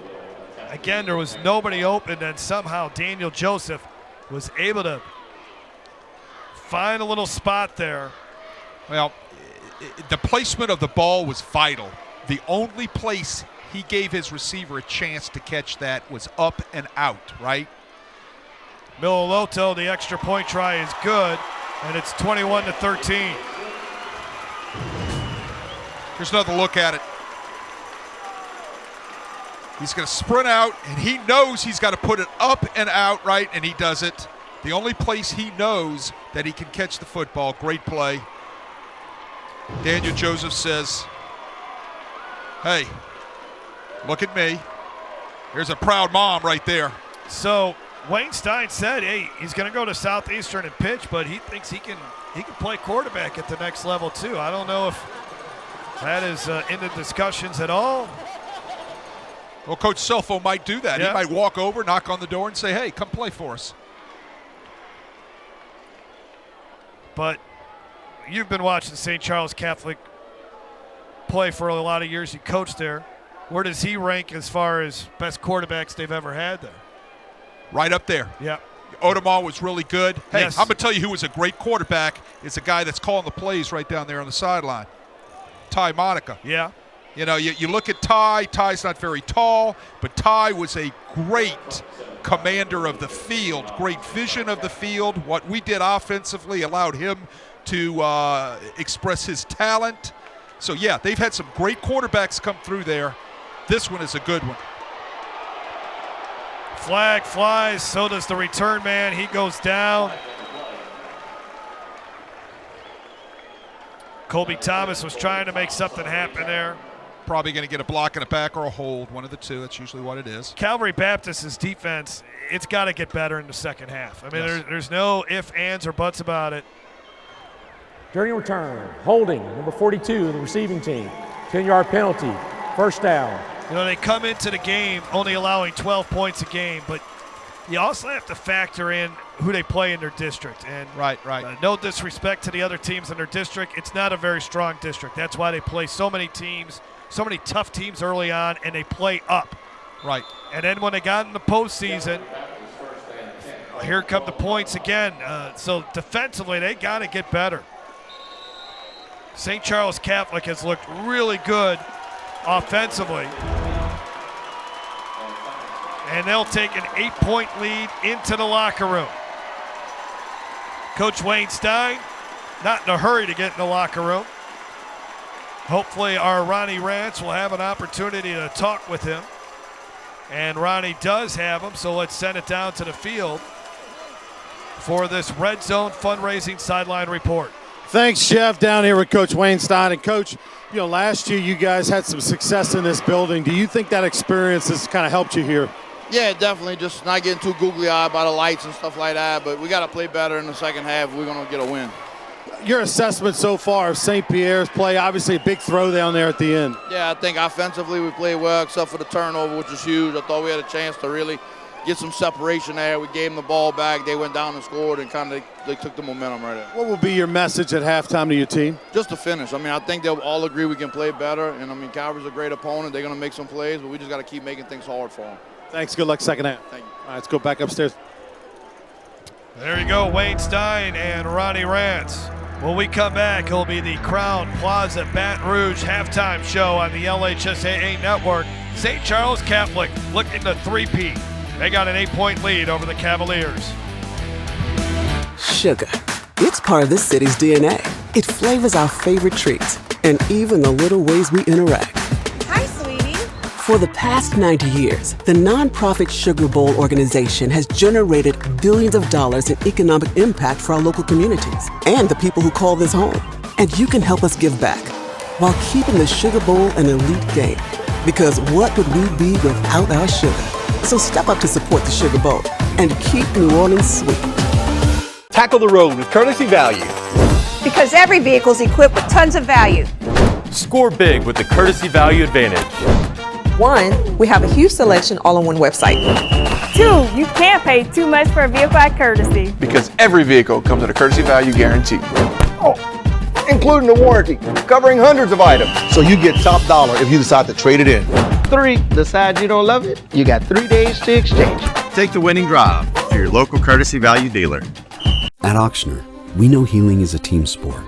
That's why we've partnered with world-renowned orthopedic surgeon Dr. James Andrews to create the Auctioner Andrews Orthopedics and Sports Medicine Institute. Whether you're a professional athlete or a weekend warrior, our team of specialists are dedicated to getting you back in the game. So whatever your reasons are for reaching your personal best, we've only got one: you. Auctioner Andrews Institute. Long live you. Love did this. This is love's fault, and it hurts. It's devastating. But you always come back for more. What else gets you up this early? What else makes you feel this wild, this ecstatic, this focused, this obsessed? Has to be love. It's in your soul, your head, your heart, your hands. You love the game. It's your nature. Nothing is more real. Cajun values family. We've been a family business for over 40 years, so we take a lot of pride in being a family-oriented company. All of Cajun's values are born out of passion. Whether we're offering EPC, general construction, or specialty services, our customers have no doubt we will execute every job with safety, quality, and integrity. So it's going to come down to this. Can they do it?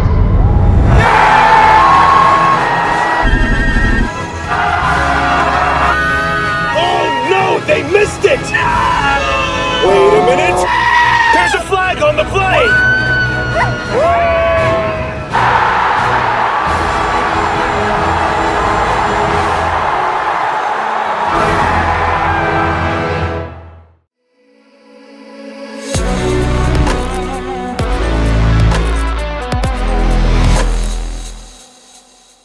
The LHSAA Prep Classic Halftime Show brought to you by Crown Plaza Baton Rouge. Tickets on sale now for New Year's Eve with Chase Tyler Band and Wayne Toops, sponsored by Jerry Lane.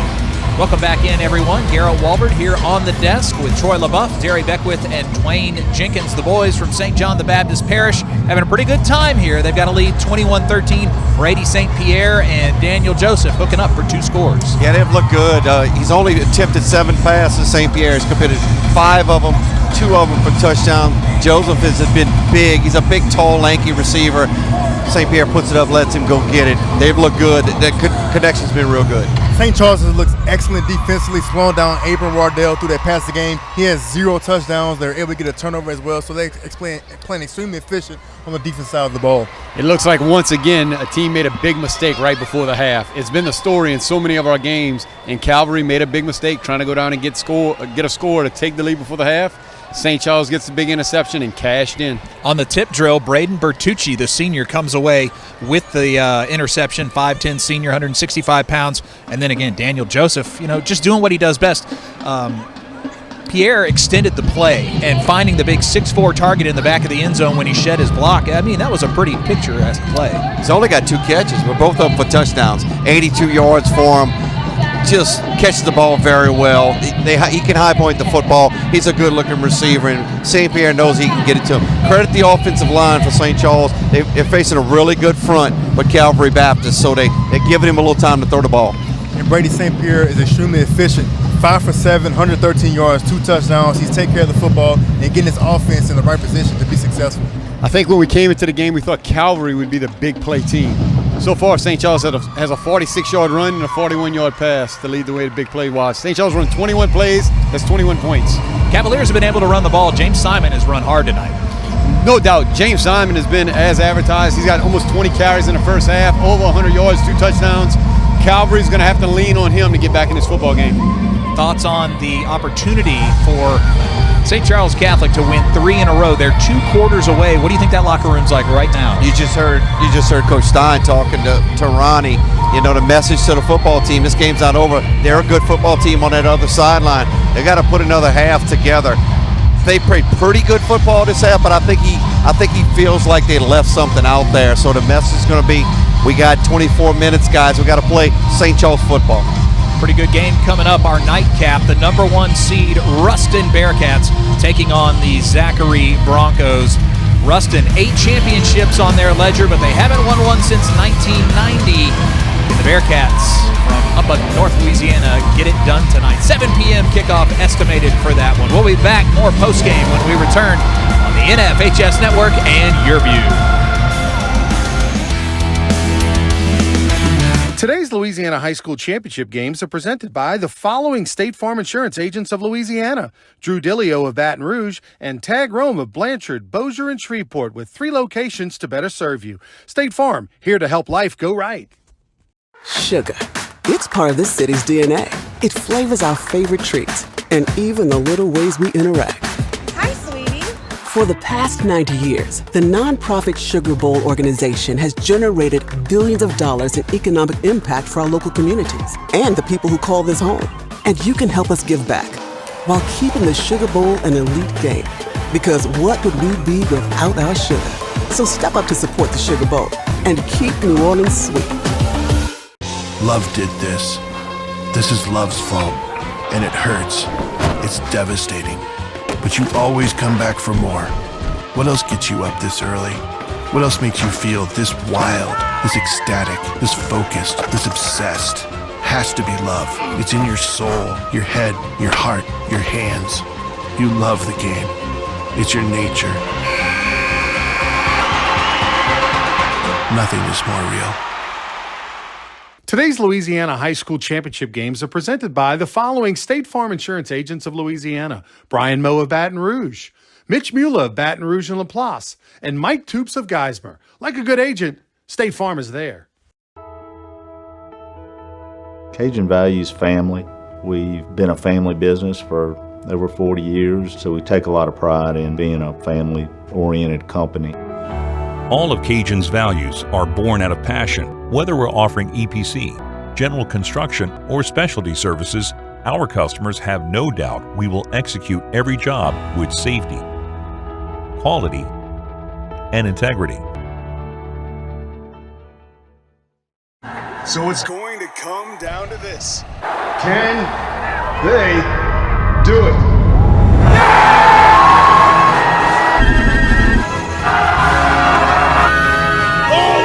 They missed it! Wait a minute! There's a flag on the play!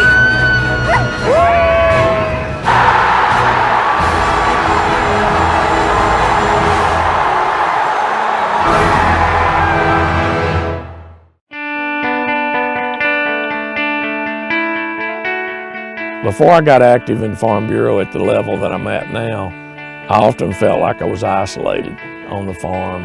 It was just me against the world. Now, with my Farm Bureau family, I got somebody going against the world with me. I am Farm Bureau.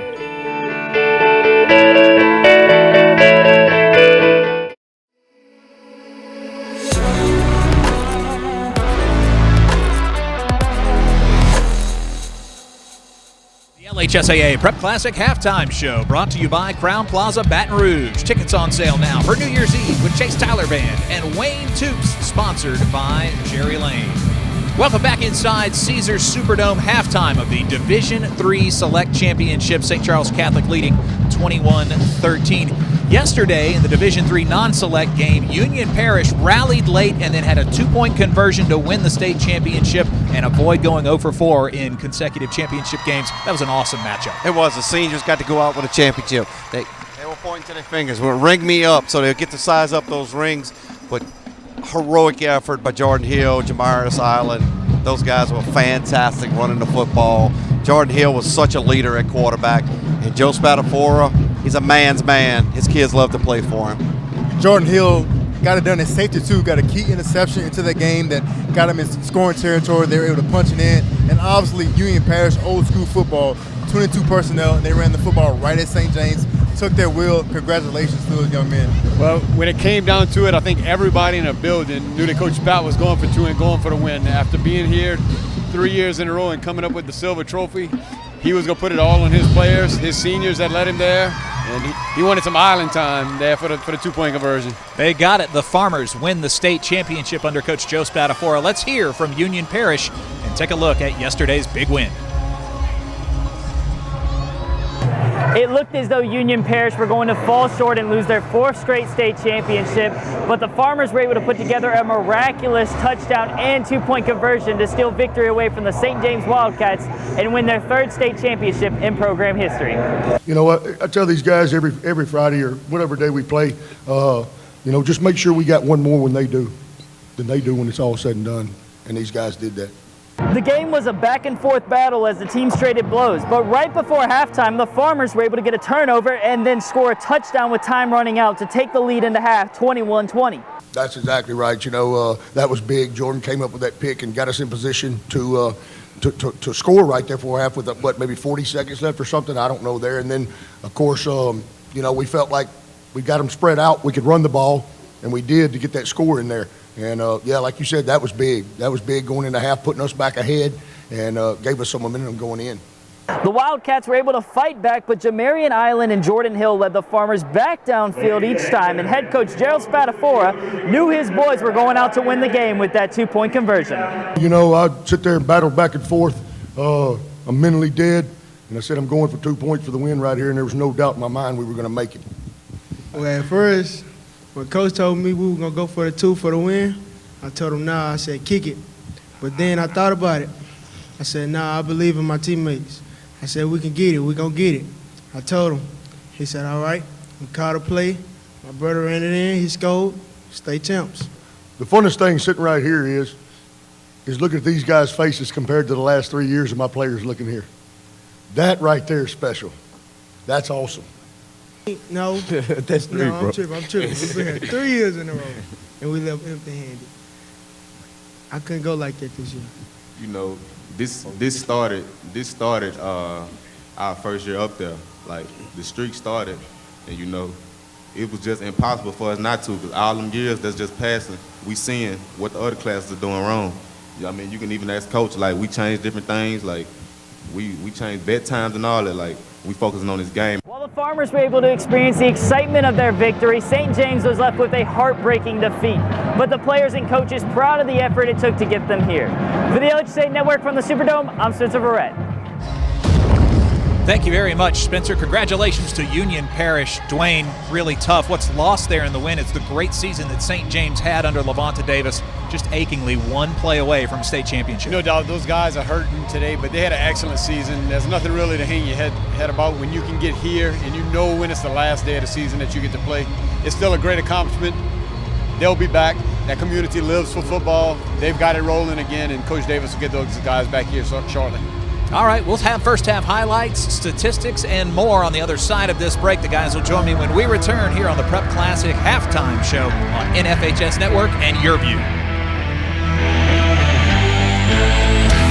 The Louisiana Sports Hall of Fame and Northwest History Museum is located on the banks of the Cane River in historic downtown Natchitoches. And each and every summer, the Louisiana Sports Hall of Fame comes to life with the Hall of Fame Induction Weekend. With parties and festivities all weekend long, we celebrate the Hall of Famers, and this year's no different. Make your plans June 20th through 22nd to be there to see Drew Brees, Daniel Cormier, Frank Monica, Simone Augustus, and many others. Go to lasportshall.com and get your tickets now.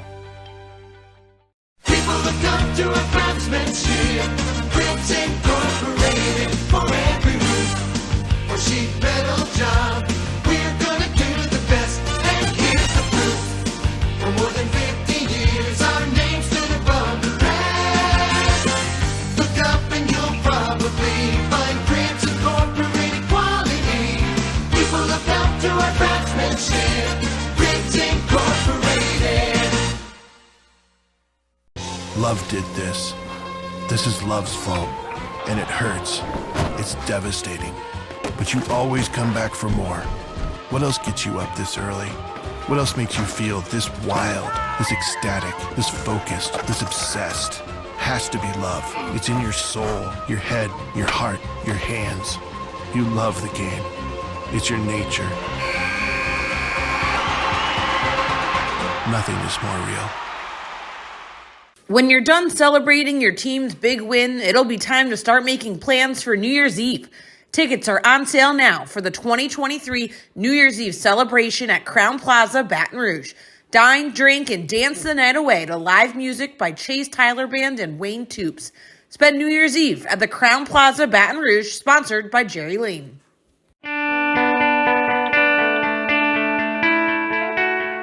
Before I got active in Farm Bureau at the level that I'm at now, I often felt like I was isolated on the farm. It was just me against the world. Now, with my Farm Bureau family, I got somebody going against the world with me. I am Farm Bureau.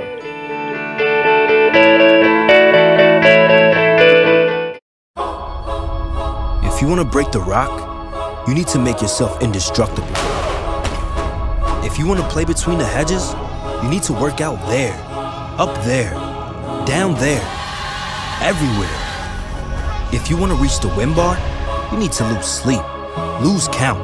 You need to play every game like you got nothing to lose.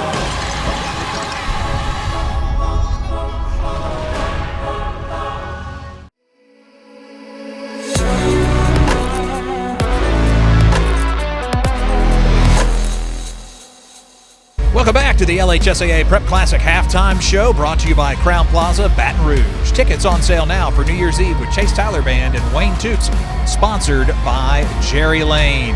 5 touchdowns in our ball game to start the day. 21-13, the advantage for St. Charles Catholic. They got the scoring going early with Daniel Joseph hooking up. Yeah, absolutely. Got it from Brady St. Pierre. They hooked up twice, and he's got so much confidence in him right now. I'll see him coming back to him in the second half. Scoring starts for St. Charles Catholic. They take the early lead in the game. As Brady said, that was a screen. Coach and I were talking about it. Got really good blocking right there, and Joseph takes it the distance. That shows Joseph got some speed, man, against that Calvary team with his speed. 68 yards to the house there, and then Simon. Right here, James Simon punches it in. 19 carries at the half. He's been the workhorse for Calvary Baptist. It comes back and here's Willis, he breaks a long run right here, and St. Charles has shown the ability to make the big plays. I think a lot of people might have thought Calvary had the speed advantage. This is Wardell right here. I'm assuming this is right before the half.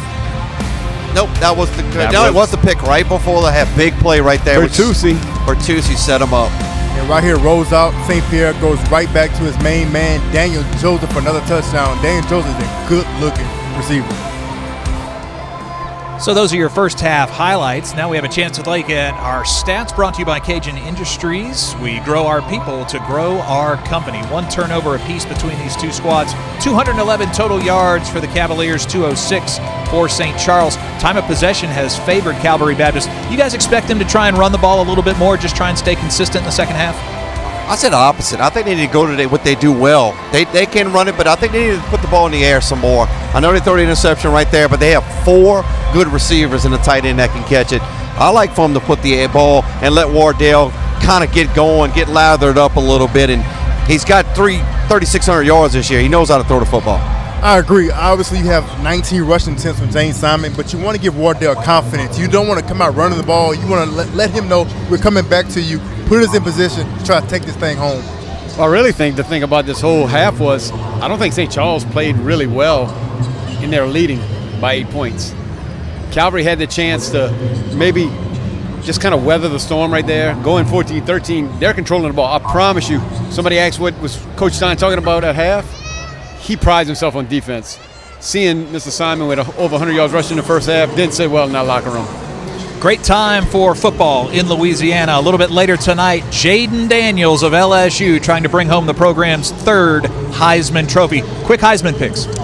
I'm going Jay Daniels, LSU. Michael Penix. So I'm just playing. Jay Daniels. You're the last guy that's allowed to do that. Darry Beckwith. Oh, he beat me to it. I was going Bo Nix just to get a laugh, but it's going to be Jaden Daniels in a landslide. JD5, baby. All right, we've got more high school championships coming your way. This is the end of the halftime show. Let's kick off the second half, and we'll throw it up to Jeff Palermo and Coach Kaiser. I didn't think you could do anybody else.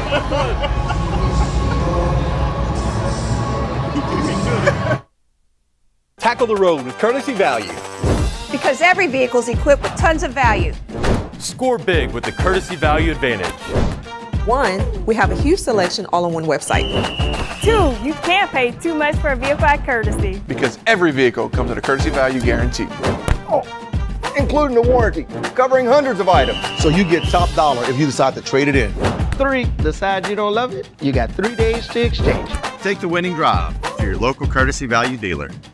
At Auctioner, we know healing is a team sport.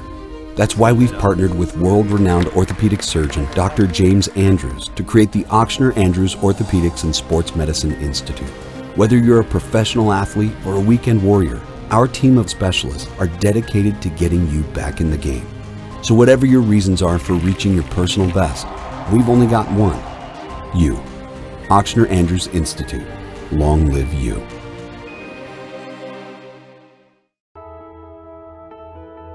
Cajun values family. We've been a family business for over 40 years, so we take a lot of pride in being a family-oriented company.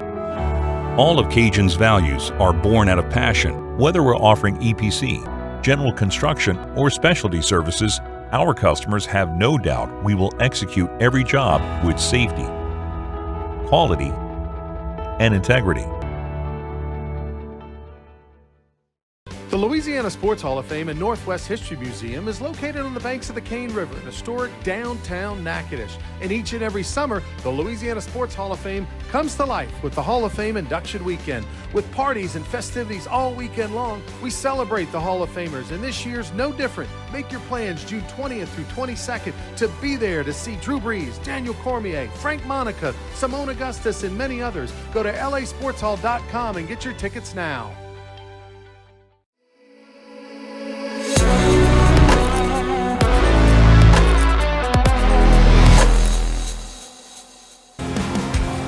Back inside the Caesars Superdome, Jeff Palermo along with Wade Kaiser and Ronnie Rance down on the sidelines, and we're about a minute away from the Coca-Cola second half kickoff. Total yards pretty even. Calvary Baptist 211 to St. Charles Catholic's 206. As you take a look at the head football coach for the Calvary Baptist Cavaliers, Rodney Guin. Cavs are down by 8 points. I made the comment right before halftime, they got to get better on defense. St. Charles Catholic scoring 3 touchdowns in that first half. Didn't look like the Cavs had much of an answer for it. Yeah, well, they had to make some adjustments. It's going to be interesting to see what they're going to have to do when they come out on their first defensive series against the Comets. Whether they get more people in the box, apply some more pressure, come off the edge maybe. They had a tiny bit of success bringing blitzes off the edge.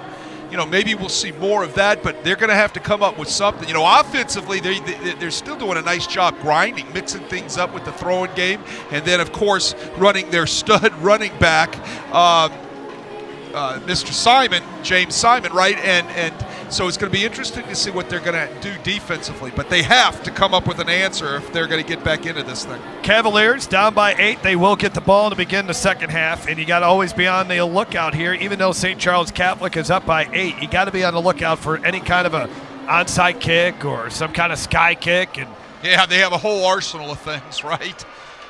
They're fun to watch on special teams. Love special teams. It's been something I've always loved to work with and scheme with, and they scheme. Some teams just practice it and they're sound. Some teams scheme what they do, and that's what St. Charles Catholic does. Tyler Miliotto will kick it off. Back to return, Colby Thomas. Also Julius Moss. It'll be Julius Moss from the 13. He slips. Down he goes at the 23. Right there, though, was Kyle Cannon. So I don't think he was going to get much further than that. Abram Wardell in the first half, 10 of 15 for 90 yards. He threw an interception, only the second interception he has thrown all season long. Only the 6th during his time as the varsity quarterback at Calvary Baptist. Remember, was on that tip drill that set up the touchdown for St. Charles Catholic right before halftime. Wardell, pressure, and he goes down from the backside. Outstanding job there. Logan Barrios making another big play. He just beat the right tackle. Yeah, they bring the Gross. blitz. They walk the strong safety down in the box, and he comes off of that Calvary Baptist right edge, and he beats the tackle, like you said, Jeff. Boom. That's the way to start the second half and make a statement defensively. It's going to be interesting to see how Kyle Cannon turns it on this half, right? I think he's a little lacking in the first half. It'll be interesting in the second half to see what he does. More pressure and just having to slide down as Abram Wardell. Nice job by this Comets secondary. There you take a look at Kyle Cannon. I can tell you exactly here, Wade, what he's been able to do defensively so far in this game. He's got 4 tackles, a couple of solo tackles.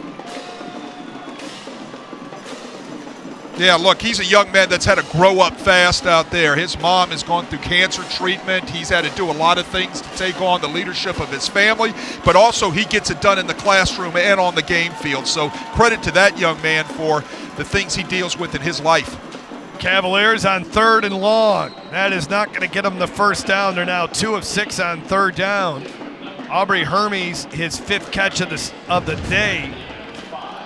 But a 3-and-out, not what Calvary Baptist wanted to do to begin the second half, down by 8. Yeah, well, the positive thing for the Calvary Baptist right there was they picked up the twist up front of the Comets, right? They actually had really nice protection that time. They brought a nose tackle twist right there. It was picked up nicely by the offensive line of the Cavaliers. Aubrey Hermes handles the punting. High punt, fair catch called, and it's muffed. And I think the Cavaliers have it.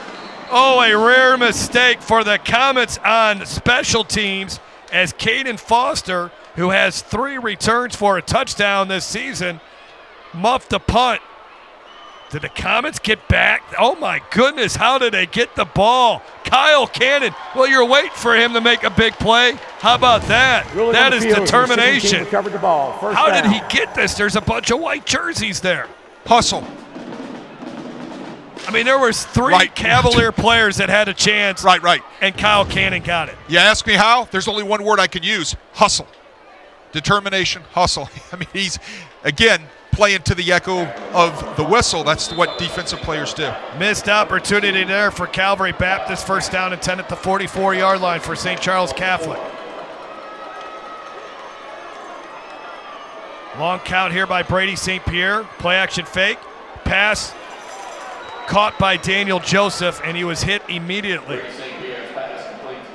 Hey, if he wasn't hit immediately, he was going to get behind the 2 blockers and split them right there, and he might have gone a long way. Great play by the corner out there for the Cavaliers to make that play and not let that thing get going.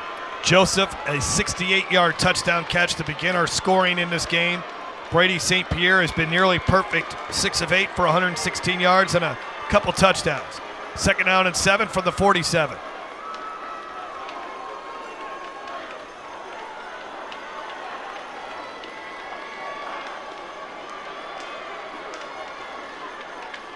Oh, just barely getting that handoff was Jeremiah Wills.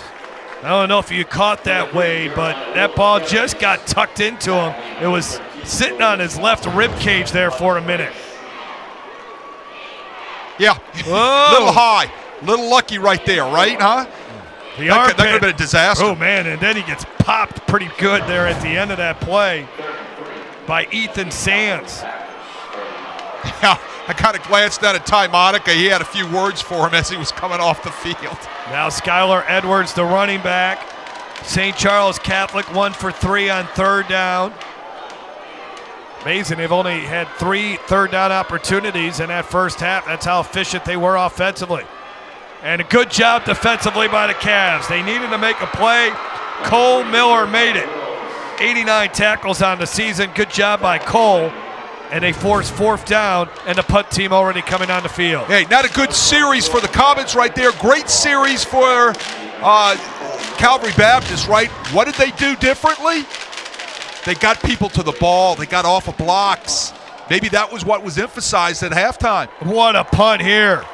Calvary Baptist will end up having to start its next drive at the 3-yard line. That was beautiful. Hey, that's exactly what happened last week against University High in a very close game. There were a couple of punts down inside the 10-yard line that the Comets downed, and they turned in. One of them turned into a turnover touchdown, right?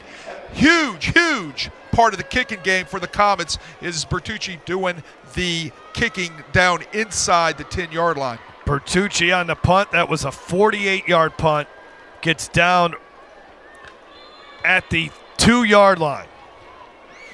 Third quarter has been a very good quarter for St. Charles Catholic this season. They've only allowed 1 touchdown in the third quarter all season long. Trying to make something happen there. Nothing for James Simon. Simon rushed for 100 yards, 114 yards actually in that first half, 19 carries for 2 touchdowns. Let's send it down to the field for a Red Zone fundraising sideline report.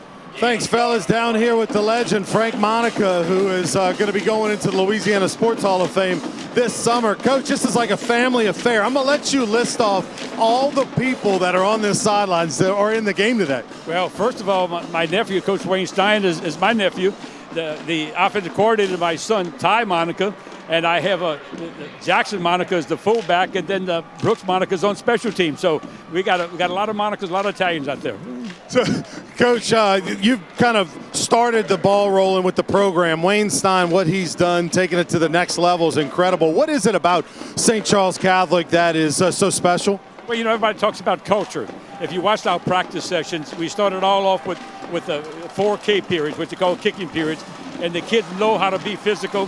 They learn how to adjust, the parents are great about allowing them to push their kids to another level. And I think you see that we're a very, very physical football team, and the kids learn how to play hard. And even though they don't come there with that mentality, but I think they're taught that over time, and they understand the little things are very, very important because we technique-based. After the play was over. Lastly, Coach, you're going into Louisiana Sports Hall of Fame this June. You might be the star of the class, right? Guys like Drew Brees, Simone Augustus, Daniel Cormier, the great UFC fighter, and Frank Monica. What's it been like? How many folks have reached out to you to congratulate you? Oh, my God, I feel like a slappy compared to that group right there. I mean, it's a great class. I'm honored just to be part of it. I think everybody else of my age is probably deceased. That's why they gave me an opportunity to do that. But I'm really looking forward to it. And, I just wish I was taller so I can look over the podium and make a good presentation. Well, the good news is no podium. You get to sit down on the sofa. Frank Monica, the legendary coach. Congratulations, Coach, going on the Hall of Fame honors. Thank you very much, man. Go back upstairs to Jeff. Thanks a lot. Congratulations to Coach Monica going into the Louisiana Sports Hall of Fame. Not a great punt there for Aubrey Hermes, and there was pressure on him, Wade. Yeah, that might have been tipped, might have been partially blocked. I really couldn't tell. It came out funny. Let's take a look at it again and see if we can see if there's a hand on. Look, somebody comes free. Oh, my goodness. If that wasn't blocked, that was an inch away from getting batted down. Yes, congratulations to Coach Frank Monica. Been a huge influence in my life as far as coaching is concerned. Great opportunity to work with him back in the 80s at Jesuit. He was a great influencer of myself as a young coach. Flag here. I think this is going to go against Calvary Baptist. Encroachment, defense, number 2, 5-yard penalty, still first down. I think we talked about special teams and field position at the beginning in the opener, right, too? We touched on that for a minute. Here we go. Special teams and opener. Special teams and field position. Huge for the Comets. 1st and 5 now with the ball placed right at the 20.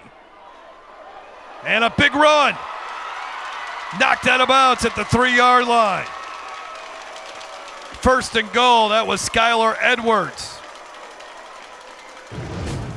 Edwards over 40 yards rushing.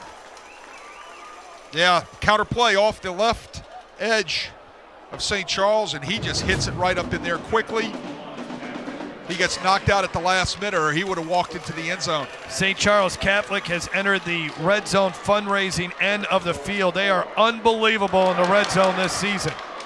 1st and goal at the 4. I'll give you the numbers in a second. As they just added to them. Touchdown, Jeremiah Wills. His second rushing touchdown of the game. Yeah, walks into the end zone. He has 2 lead blockers in front of him on the ISO. There's 1, there's 2. He just pops right into the end zone. Great job up front by that Comet offensive line, getting movement on everything in a white jersey. That was the 51st trip into the red zone for St. Charles Catholic. And they have 48 scores. And they have 38 touchdowns. I mean, those are some impressive numbers. A reason why they're in control of this game midway through the third quarter, 28-13. And closing in on a third consecutive state championship. This Division III Select State Championship game, we were just talking about it. The Louisiana Sports Hall of Fame Museum, located on the banks of the Cane River in historic downtown Natchitoches. Also brought to you by Merit, an industrial electrical and implementation company.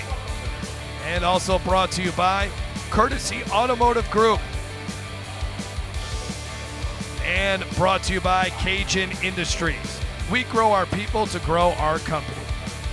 Jeff Palermo, Wade Kaiser, Ronnie Rance, and Wayne Stein pacing those sidelines like he normally does. His team is now up 28-13.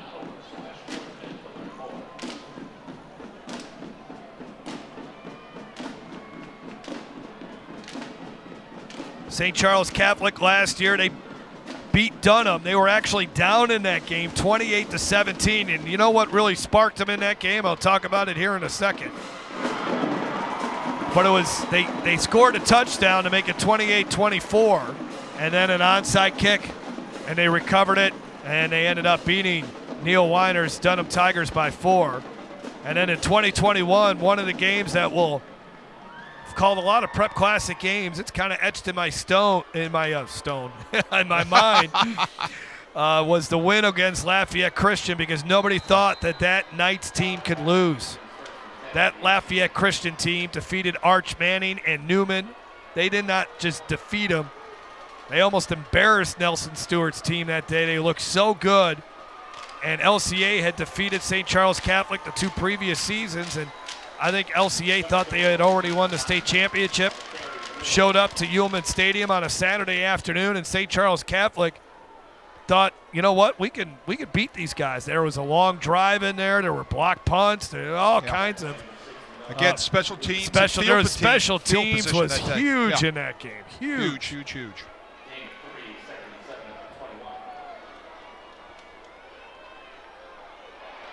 Trying to break 3 here is Hermes. Got a flag back there. I think there was a late hit on the quarterback. Going back to that 2021 state championship game over LCA, they blocked 3 kicks that afternoon. Personal foul, roughing the passer, number 26 in defense. Penalty be added to the end of the run. First down. Well, Cavaliers, they needed that. Yeah, Rashawn Hilaire got a little dicey back there in the backfield at the last second. Let's see if we can see it on our replay, and boom. Yeah, there it was. He could have backed off of that. That's needless. Yeah, that moves the Cavaliers out there to midfield, which is something they will help them start their motor a little bit. 5 penalties for 60 yards, and well, that motor just stopped cranking. That's because that was a big-time hit by the Comets defender. That is Rashawn Hilaire, who just made the mistake on the 15-yard penalty, kind of made up for it at least a little bit there with a big stick. He'd come off the field and say, well, Coach, I made up for it, right? Yeah, right. So. Second down and 10. Wardell, 13 of 18 for 114 yards. The longest pass play, though, has only been 15 yards. That's the thing. They have not had – the Cavaliers really have not had an explosive play. They had a 26-yard run from James Simon, but St. Charles Catholic has done such a great job, as John Simon, the 4th, made the catch there, of just keeping everything in front of them, and they have challenged a lot of these passes. Another 3rd down coming up, and they're going to pick it up. Simon gets the first down as he's brought down at the 37. Cavaliers now 3 for 8 on third down. Yeah, you're correctly. You're absolutely right, Jeff. From the standpoint, what St. Charles has done is they have limited those splash plays. You and I were just kind of speaking about it in between the games, right? That's one of the things that they had to do. Hermes backpedaling. Found a receiver on the far sidelines. 7 more yards there. Marching down the field as John Simon gets another grab for the Cavaliers, playing his final game before he heads to Louisiana Tech.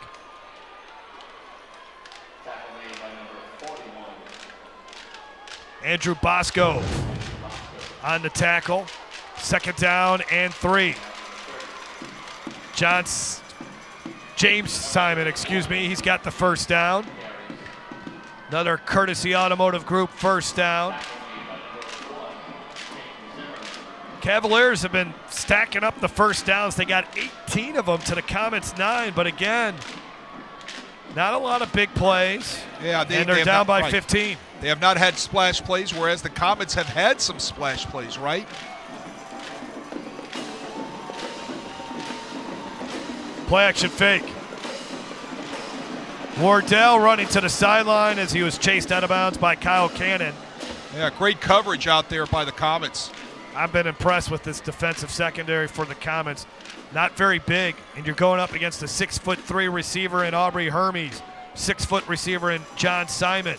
And Christopher Jackson is 6'1", but once again, well, they've committed great technique by the Comets defensive secondary. Well, they committed to playing with a two deep backfield.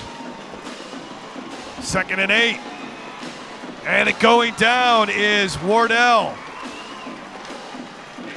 Jaden Bro, who's had a nice game here today, had 4 tackles in the first half, makes a play there. Yeah, he comes in with 10.5 sacks, add another one to that list, right? Getting back to what St. Charles is doing, they've committed to playing with a 2-high secondary for most of the day, which allows them to play with 7 up front. They feel 7 up front can get the job done. Got the job done right there. Bro makes a nice sack. Jason Brown is the defensive coordinator for St. Charles Catholic. 3rd down and 9 from the 25. They bring the blitz. Instead, they run the football with James Simon. You want splash plays? There's a splash play. Touchdown, Cavaliers. That's a splash play. You're correct. When you bring the blitz and you run right past it, you're going to go into the end zone on a splash play. You saw the blitz come in a twist. Look at that hole. You could have ran through that. Yes, but the turf monster probably would have got me eventually. Or your hamstring, one of the two, right? But I tell you what, that is a splash play. It's huge. St. Charles gambles, right? They run the twist to the right. They run the blitz to the left. Nothing there. Interesting. They're going to go for 2. They go for 2. In the corner of the end zone, it's not even close. So you're still 2 possessions down. Right. I don't know why. Just give it to James Simon. He just ran for. Exactly. I don't necessarily. First of all, I would have kicked the extra point, but I don't have a problem going for 2 because eventually you got to get a 2-point conversion in there. But that was, and I know Hermes is good with the 50-50 balls, but that was tough. That was tough there. Let's take a look at our school spotlight brought to you by Ochsner. And we'll take a look at Calvary Baptist in Shreveport.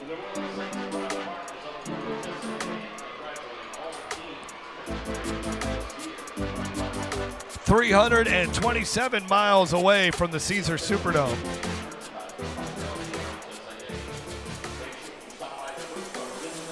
They started playing football in 2004. And one of their first coaches, he actually wasn't a coach until 2006, was Doug Peterson, who is now with the Jacksonville Jaguars. Super Bowl winner. Yep.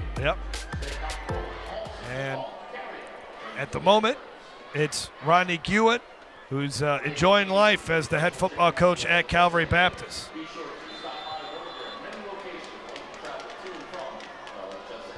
Sky kick, handled near the sidelines. I think that's Craigle on the return, Brandon Craigle. Not much of a return. Yeah, he's got good hands, big guy. He's got one reception, I believe, here already today. It was Kriegel. But what he's known for, he is a solid blocking tight end for the Comets. So 28-19. Going back to that two-point conversion, I know Hermes is a guy that can go for 50-50 balls, but that would have been a tough play to execute. Now it's up to the Cavaliers defense to do something here. This is where they need the 3 and out right here. At the 34-yard line. To the outside and dragged down after a gain of about 2 or 3. Jeremiah Wills on the carry. Trey Davis. Good defenses set edges. Trey Davis set the edge right there for the Cavaliers. Nicely done. He comes up, makes everything bounce right into his arms. That's what the rest of the defense did, and he makes the tackle. There's David Weeks. You look at that defensive line for Calvary Baptist, trying to make something happen here. 2nd down and 7.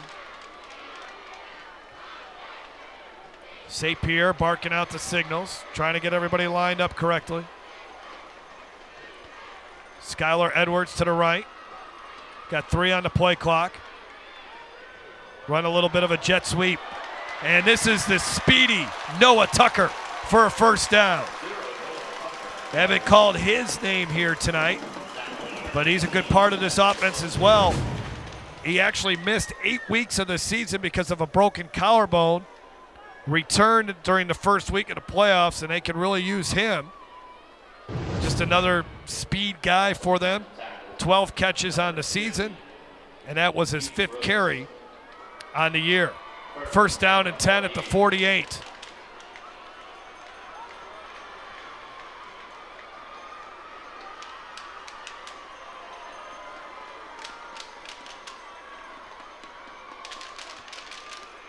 Edwards brought down right at the line of scrimmage. First guy there, or one of the guys there, Trey Houston for Calvary Baptist. That's a kid that can really run at 6'2", 235 pounds. You get a good look at him. Yeah, he's a big, good-looking kid. He's all put up, right? He does a nice job getting off blocks. Comes down and makes a nice play right there for no gain. On 2nd and 10. 4 down linemen. The pitch. Wills got hit in the backfield. Good penetration into the backfield for Calvary Baptist is Hutch Grace. Yeah, he blew up the lead blocker on the lead option. Watch Grace blow this up right there. Takes him on with his left shoulder and knocks Jackson Monica to the ground to disrupt the whole option play. Nice physical play by Hutch. 3rd down and 8. He's headed to Ouachita Baptist to play college football. On 3rd down and 8, St. Pierre rolling to his right. St. Pierre delivers a pass, and Joseph can't hang on to it. Incomplete. And Calvary Baptist's defense comes up with the stand that they needed as the punt team coming on for the Comets. Yeah, that's exactly what they needed. You're right. They needed that 3 and out or somehow, some way to get that offense off the field of St. Charles. Now they've got to do a good job here on special teams in this punt. Bertucci, last time he pinned them at the 2-yard line. This time, fair catch called, another one inside the 20-yard line. So the Cavaliers offense coming back out there with just 47 seconds to go in the 3rd quarter, down by 9.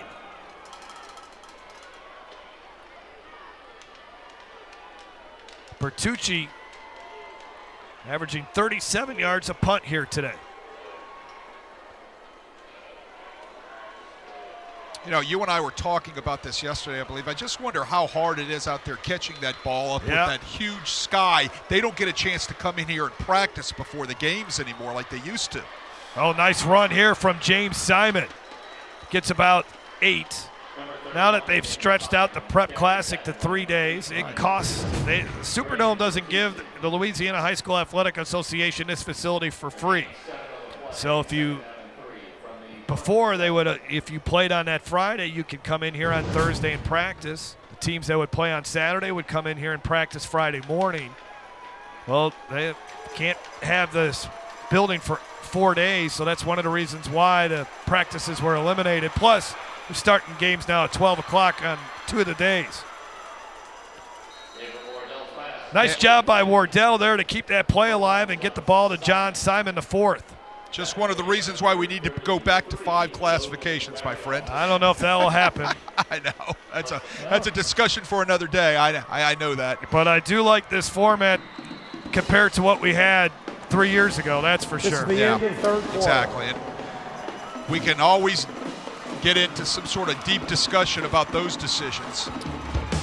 St. Charles Catholic 12 minutes now away from a three-peat. St. Charles Catholic trying to finish off Calvary Baptist, but the Cavaliers not going away.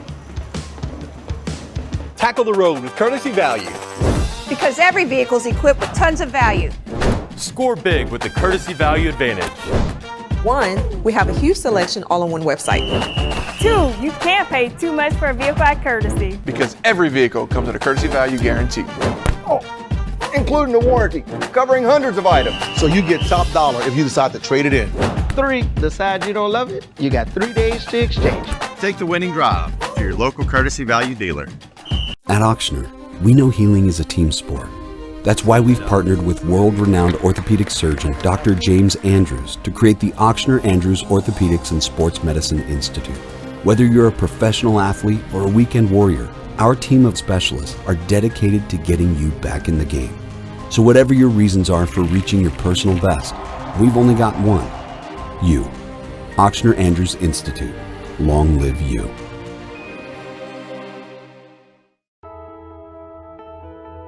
Cajun values family. We've been a family business for over 40 years, so we take a lot of pride in being a family-oriented company. All of Cajun's values are born out of passion. Whether we're offering EPC, general construction, or specialty services, our customers have no doubt we will execute every job with safety, quality, and integrity. The Louisiana Sports Hall of Fame and Northwest History Museum is located on the banks of the Cane River in historic downtown Natchitoches. And each and every summer, the Louisiana Sports Hall of Fame comes to life with the Hall of Fame Induction Weekend. With parties and festivities all weekend long, we celebrate the Hall of Famers, and this year's no different. Make your plans June 20th through 22nd to be there to see Drew Brees, Daniel Cormier, Frank Monica, Simone Augustus, and many others. Go to lasportshall.com and get your tickets now.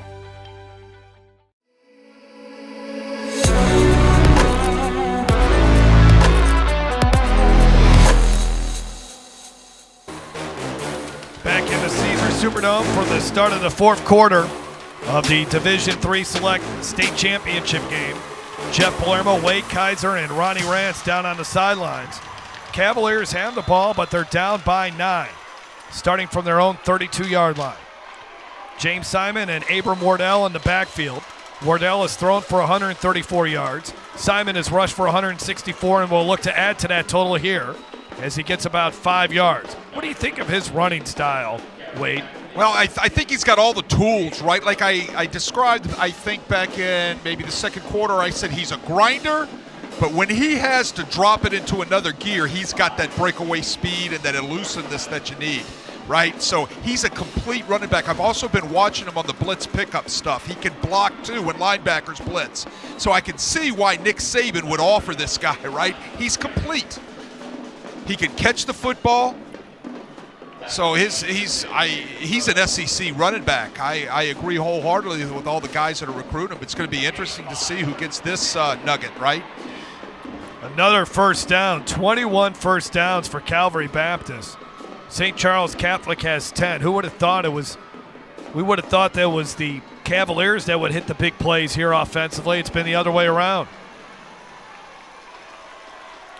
First and 10 at the 42. Wardell is going to get sacked. Is that Barrios or Bertucci? I'll tell you what, with these dark and blue on the numbers, it's hard. That's why you see me bending down, having to look at the monitor at the last second. I just can't tell. On the field, but they've dialed up the same blitz again. Runner is down. I think it's Barrios. No, it's not even either of those. It's Rashawn Hilaire again. Hilaire, right. How about that? But look, that's about the 4th time they've dialed up that blitz coming off the right side of Calvary Baptist, beating the right tackle. So they know something is going on there. That's something, obviously, that's schemed. They'll show it one side, and then they'll flash it and bring the blitz back to the opposite side. Here it comes again. 5th sack of the day for the Comets defense. A nice diving grab to get some of those yards back. That was an outstanding catch. That's Taylor Guerrero. Here's a kid in Guerrero that barely played at all his first 3 seasons. And he just kind of stayed with it, and he's been getting some limited opportunities this season. His 17th catch of the season, and that was a dandy. Well, Jeff, that time Heath Gross, the right tackle, picks up the blitz. They run a little bit different version of it. They brought the same outside linebacker. He just didn't get home. He got slowed down a tad bit. 3rd down and 13. More pressure. Downfield, open, and caught. Big play. Hermes inside the 10. Abram Wardell floated out of the pocket, delivered a beautiful ball, but there is a flag down, and it's coming back. There's a flag down in the backfield, or really on the line of scrimmage, and that erases the biggest offensive play of the night for Calvary Baptist. Number 64 of the offense. 10-yard penalty. Still 3rd down. The freshman for Calvary Baptist, Jacob Tibble. Yeah, look, they've been wearing out that right-hand side of that Calvary Baptist offensive line, and they brought blitz again. They brought pressure again from that side. They were almost getting beat until somebody reached out and held on the field for one injury. of the Comets. It's coming back. That was a splash play they needed. Meanwhile, Caden Foster, who chased down the receiver Hermes, is limping back to the sideline.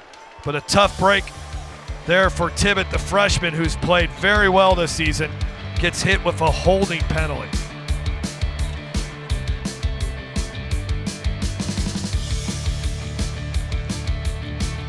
Merritt is an industrial electrical and instrumentation company that has been in business for over 35 years and operates in 27 states. From small capital projects to large or facility maintenance. For more information, check out merrittelectrical.com.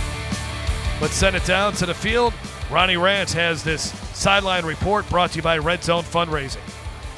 Thanks, fellas. Down here on the sidelines across the way is Rodney Guin, the head coach, of course, for Calvary. And there's a lot of talk about his career. He's in his 41st season. Could this potentially be his final game? There's a little bit of rumor about that. We know he spent 33 years at Houghton. We know he coached Dak Prescott. How about this? He's going to get on a plane tomorrow and go up to Dallas to watch the Cowboys. He makes every single home game. And he called his new quarterback this year at Calvary one of the best quarterbacks he's ever coached, right there in the same category as Dak Prescott. But they're very close. He'll be in Dallas tomorrow, doesn't miss a home game. Will he make more of them? We will see if he's going to be back next season. Well, they had an opportunity there to hit a big play, but they missed on Christopher Jackson. That play was there for Abram Wardell.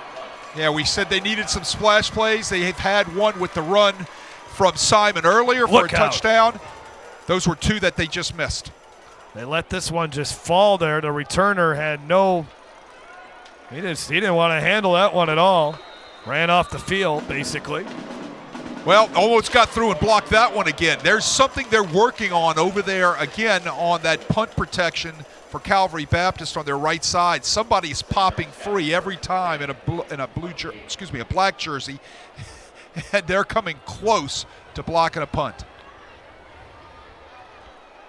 All right. Abram Wardell wishes he had that one back. Saw that Dak Prescott made the statement, boy, he wishes he could have taken a trip to the state championship game with his old high school head football coach, Rodney Guin. Oh, nice job defensively there for the Cavaliers. There's Hutch Grace, who started his high school career at Evangel. A lot of talk about how Calvary has not played in the Caesars Superdome since their appearance in winning the state championship in 2012, 2013.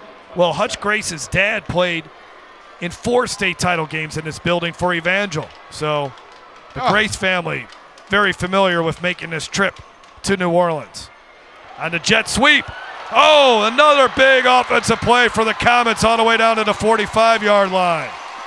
That was Skylar Edwards.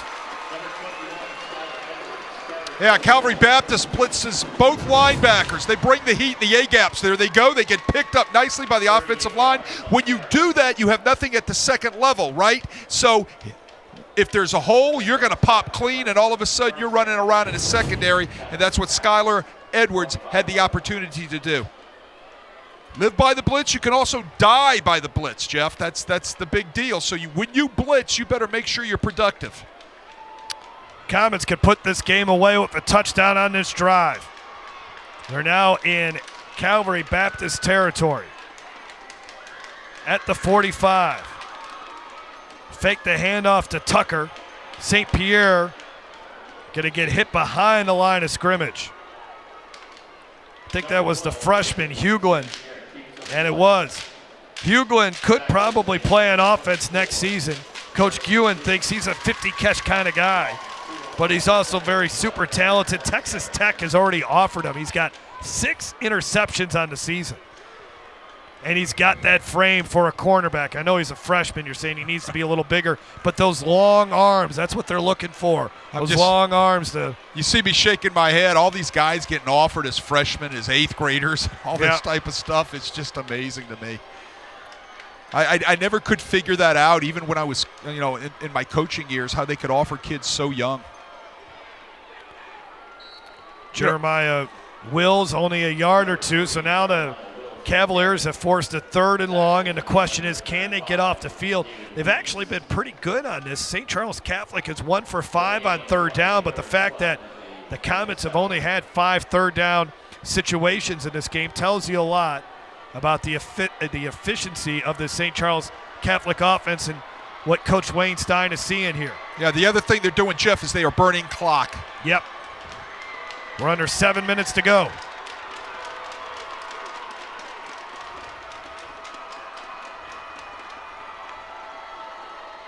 Cavaliers do not blitz. St. Pierre's got a man wide open. Jackson Monica all the way to the 17-yard line. Oh, boy. They didn't blitz, and still Jackson Monica streaking down the middle of the field. Yeah, well, Ty Monica dials up Jackson Monica, his son, right? I wonder what those conversations were like at dinner this week if Ty was home. Son, we're going to call this play somewhere in the game. You're going to be open. You better catch the football or don't come home, right? Julius Moss finally made the tackle.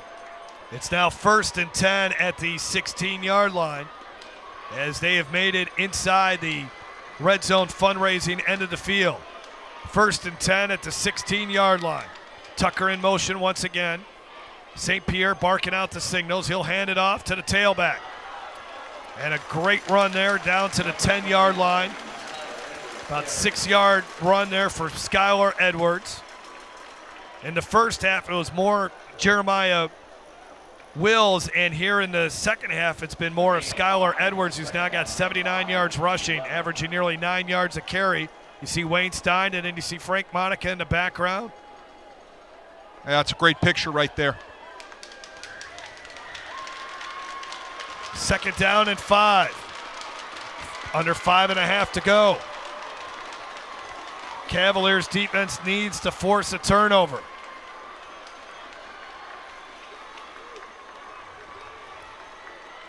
Edwards, not much running room there. Great job by the Cavaliers defense. They shut that play down pretty quickly.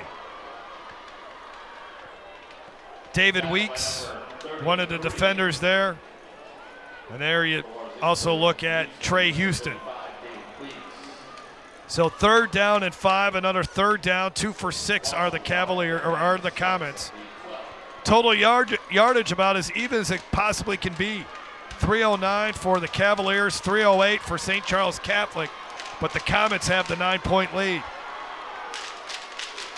And the clock on their side.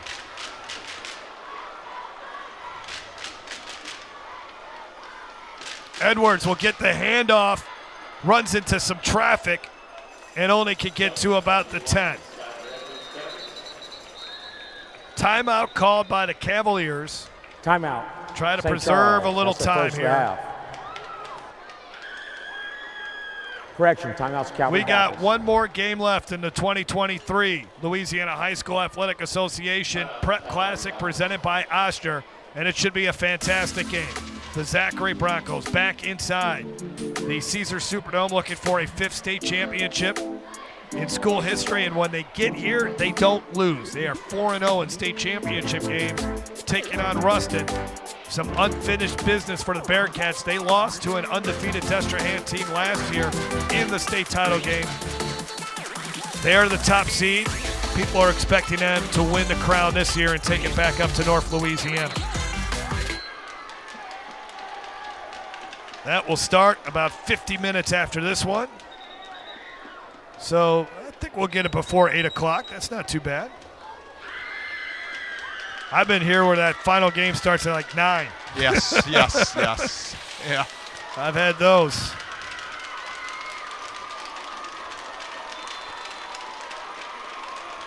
So they're going to go for it. That's interesting. 4th and 4. Might try to draw them off sides. It must figure a field goal really doesn't do them any good, and it really doesn't. It only makes it a 12-point game. So this might be the right call here.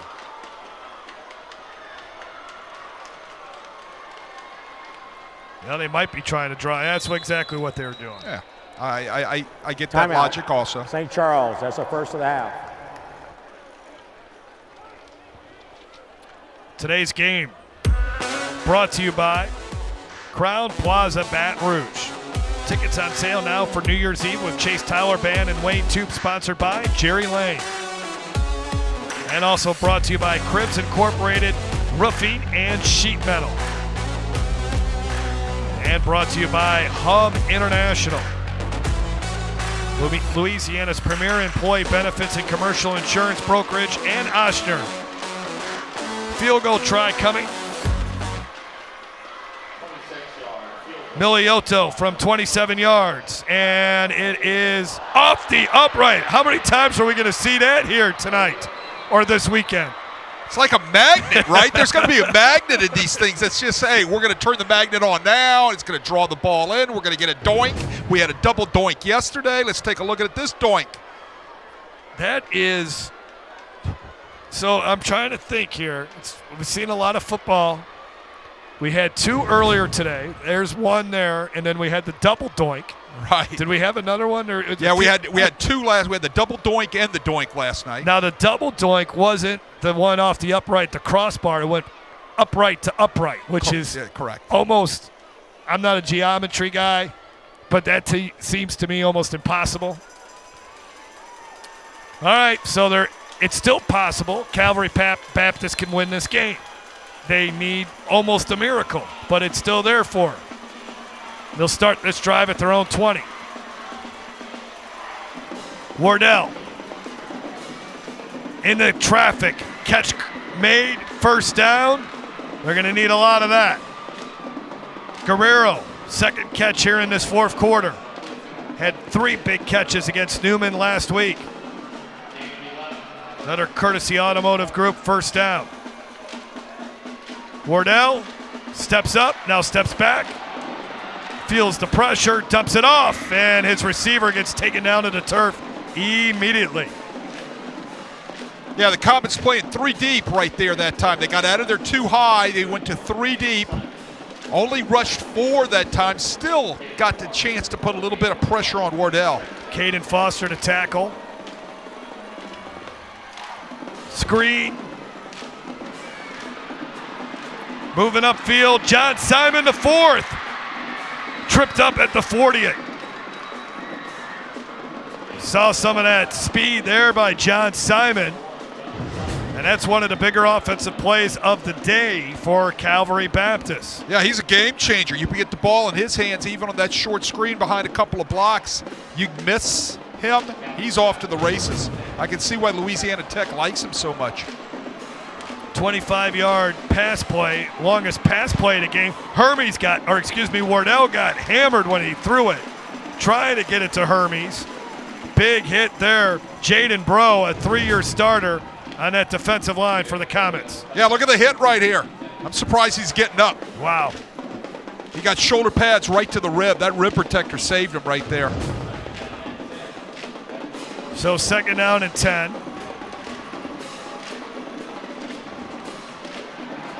In the backfield, great move by James Simon. Another great move, stays on his feet, and he goes out of bounds at the 26-yard line. Boy, he made about 3 or 4 people miss on that run. What do I like about him? I like that, right? Runs balance. Through the track tackle right there. 1 miss, 2 miss. Look at this. Stays up. See how he puts a hand down there? Keeps his balance. Somebody's tugging on his jersey. And then he knows, just get out of bounds and stop the clock. Wardell, long pass. It's complete. Turning upfield is Guerrero, got tripped up. And Calvary Baptist has entered the red zone fundraising end of the field. At the 15-yard line. Coming up on the 3-minute mark of the Division III Select State Championship game. Flags fly. Snap infraction, number 57 of the offense, 5-yard penalty. Still 1st down. Yeah, snap infraction. Got up there and moved the ball. Leighton Terrell commits the penalty. You know, everybody says, why is that a penalty? Well, you can adjust the ball. You just can't move it wherever you want to move it, right? 1st down and 15. To the end zone. Wide open. Touchdown. Touchdown, Hermes. That's a blown coverage. First touchdown pass of the night for Wardell. His 44th of the season. There are two high coverage. The safety didn't get over the top. That's a blown coverage. Safety should have been across the top on the 7 route or the corner route right there. He wasn't there. You could see Caden Comm looking back at him like, hey, where are you? That's a huge mistake by the Comet secondary that has been playing great all day. High snap and another blocked extra point, I thought, but it still got through the uprights. Boy, it looked like they got a piece of it. And now 2:47 to go. Calvary Baptist has got 2 timeouts. See if we can see our safety. No, he's not there. And watch Calm turn around and look back like, where are you?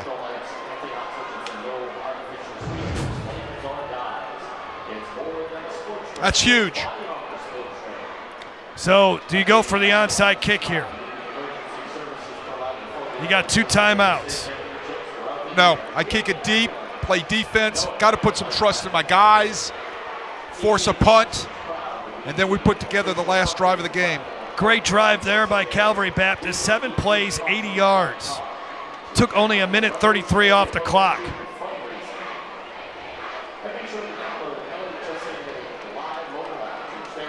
I kick it deep. I go ahead and stick with my sky kick right there.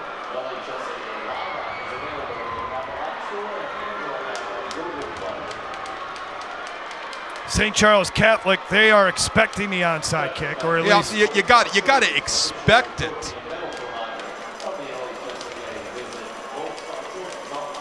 Whether they get it or don't get it is a different story. They don't. There's the sky kick. Drives the return man back to the 14. And good job by the kickoff coverage team. Making the tackle, Chaz Whitaker. See, when you sky kick like that, you leave your 2 guys back there all alone with no blocking, right? Because everybody up front is just expecting to field it like a infielder in baseball game. They're not going to block anybody, so you get an opportunity to run your coverage down there and make a nice play like they just did. So that pins St. Charles back there at the 20-yard line. Now it's up to that Cavalier defense to make a stand right now.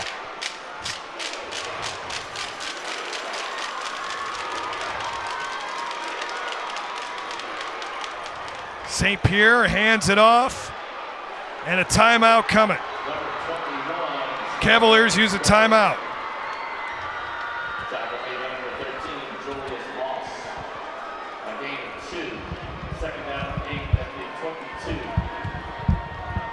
Second down and 8.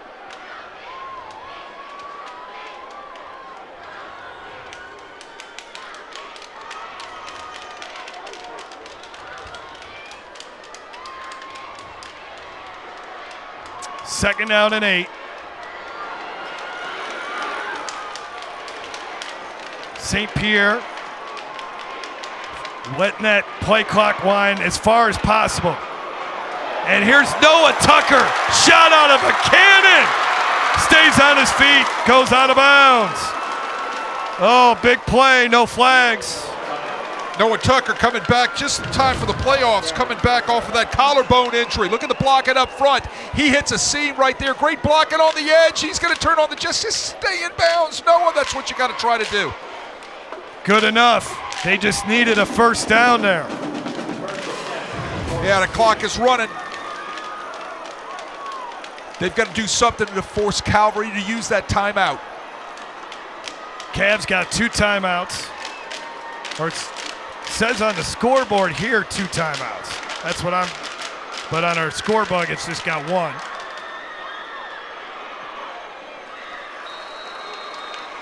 And now we'll see the timeout. Yeah, it's smart right there. Take that timeout with this second down, discussing exactly what they're going to have to do in order to stop this play. That's what Calvary's doing right now, setting up their defense for the next play. Over there on the sideline of St. Charles, Comets, they're going to have to talk about making sure that they're able to hold on to that football. This game brought to you by the Louisiana Sports Hall of Fame up in historical Natchitoches. And then, of course, Merritt. We've been talking about Merritt all day. And then the Courtesy Automotive Group out of the Lafayette area doing a great job sponsoring all of these television broadcasts. So second down and 6 here. Second down and about 7 with 1:46 to go.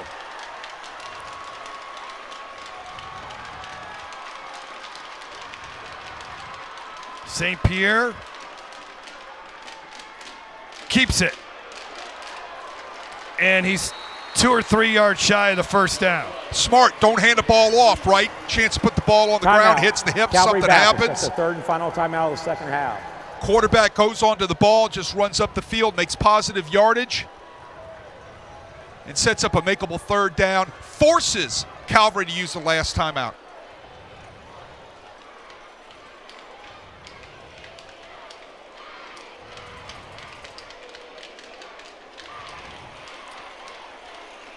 Well, right now you got to just defensively, what do? How do you try to get a tackle the football, rake it, strip it.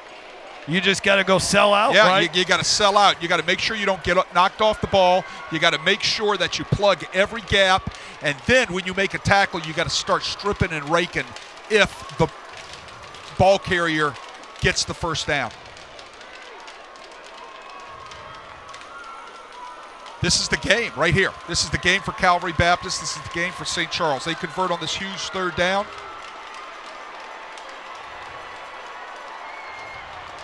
Third down and 2. Brought in a big back into the backfield. Power I formation.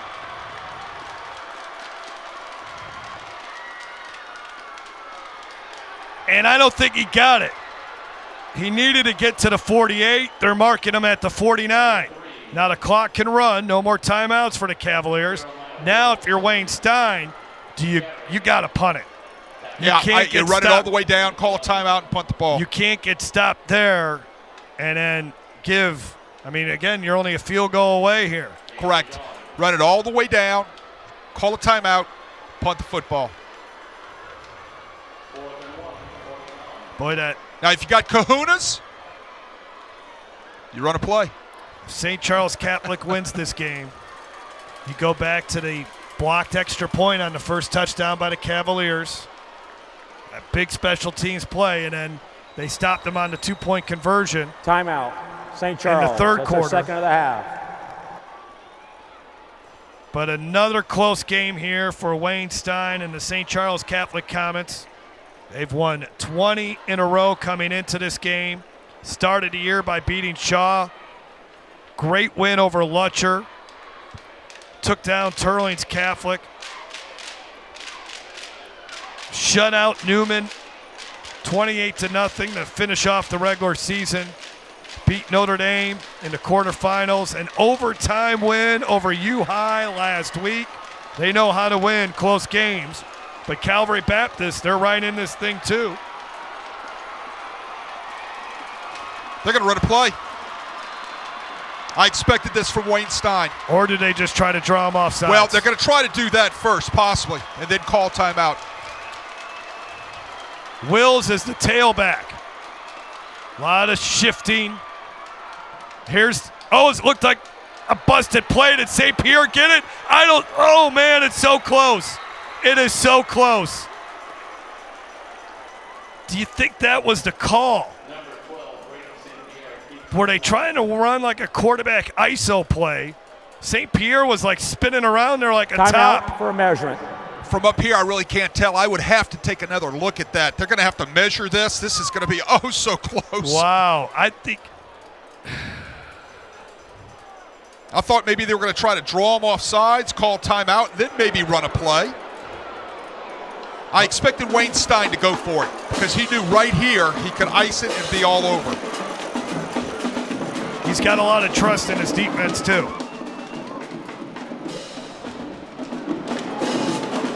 This is where everybody's taking a breath if you're in blue. Did not get it. Did not get it. Cavaliers still alive. Here we go. Here we go. It's right. No, that was a called play. Short line again. It's under further review. Well, they're going to now review the spot. You asked me if that was a broken play. No, that was belly keep. He faked the belly to the fullback, hit the ball in his belly to try to run through the hole that was right on the opposite side from where the fullback was diving. It's called belly keep. Design play. Interesting.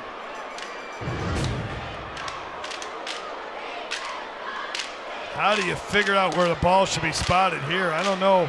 Right where that knee's down. Well, that.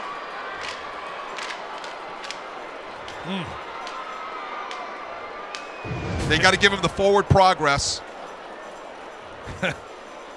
Coach Guin has got a lap in there with the referee, probably saying good luck trying to figure that one out on video. On instant replay. Well, I said it at halftime, I think at the beginning of the second half and really at the end of the first half, if Calvary Baptist was going to win this game, their defense needed to show up in the second half. They only allowed one touchdown in the second half. Yeah, they've stiffened. They stiffened right there. Now their field goal kicker, Knight, he doesn't have the strongest leg, but if they got, let's get the call here. After review, the ruling on the field of short of the line to gain stands. First down. Okay. If they got inside the 20, I think they would take a shot with the kicker. So they got 31 or 32 yards to go.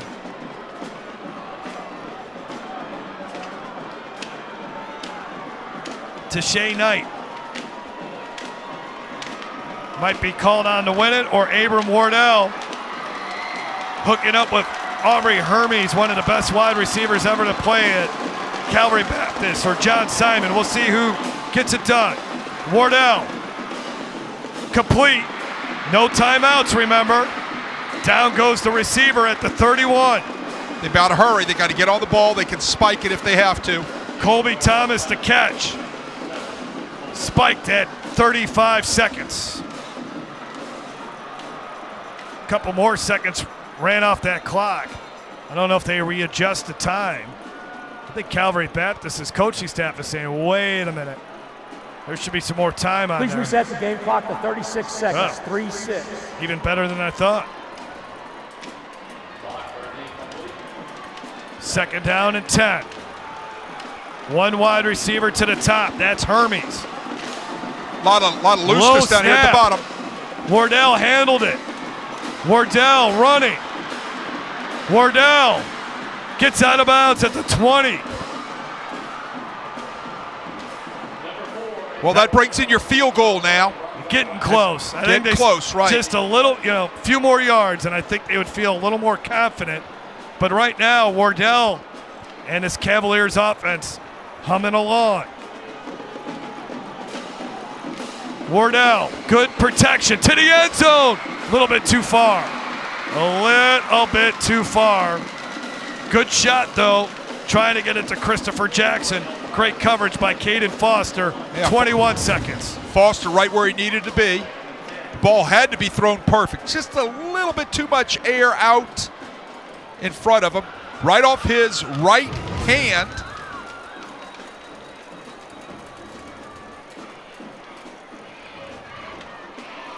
Now what do we got? Please reset the game clock to 23 seconds. 2-3.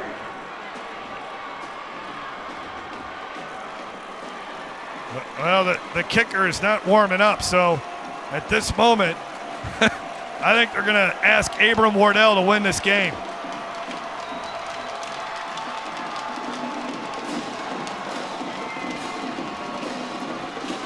Wardell before the pressure to the end zone. Touchdown! Touchdown, Cavaliers! 18 seconds to go. Abram Wardell. Wardell drops a dime on a post route. Great protection. He needed it. He got it. What a pass. Bertucci gets beat to the inside. What a catch. He needed the protection. He got it. Colby Thomas makes the grab of his life. Runs the route of his life. Gets inside of Bertucci for the post route and the touchdown. They'll go for 2 to make it a 6-point game. What a comeback. Wardell gets to 2. As Colby Thomas, kind of lucky they didn't call a 15-yard penalty after that 2-point conversion, but what a pass by Wardell. He looks off the safety on one side, comes back to the other side. See how the post route was inside, and then he comes to the 2-point route where he gets the same person, Colby Thomas, to be able to come back to the ball. As long as he breaks that plane, which he does, it's a 2-point conversion. Yeah, and he's getting chewed out for an unsportsmanlike penalty as he flips the ball. So that will give. Yeah. That's going to. I know exactly what you're going to say. I mean, now they got to kick to the 25, give St. Charles Catholic some better field position. They're spotting that ball. I never saw a flag. Are they spotting it at the 4? They never called that. I didn't see a flag either. They never called that, but we've seen that exact thing where the player spins the ball after a touchdown, be called a 15-yard penalty, but not there. Yep. Well, they got away with one. Yes, they did. Squib kick.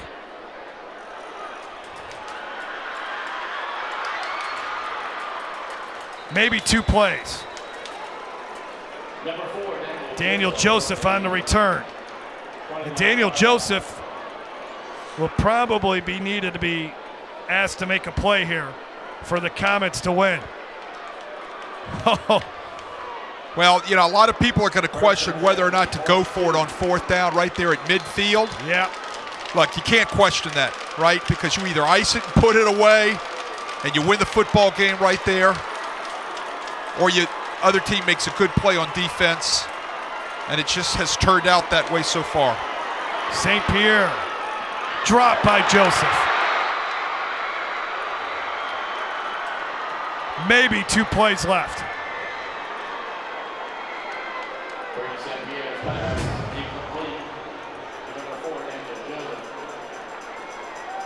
Protection's good. I needed to get caught. Hit him right in the hands. Got to catch that football. Comets do have a timeout here.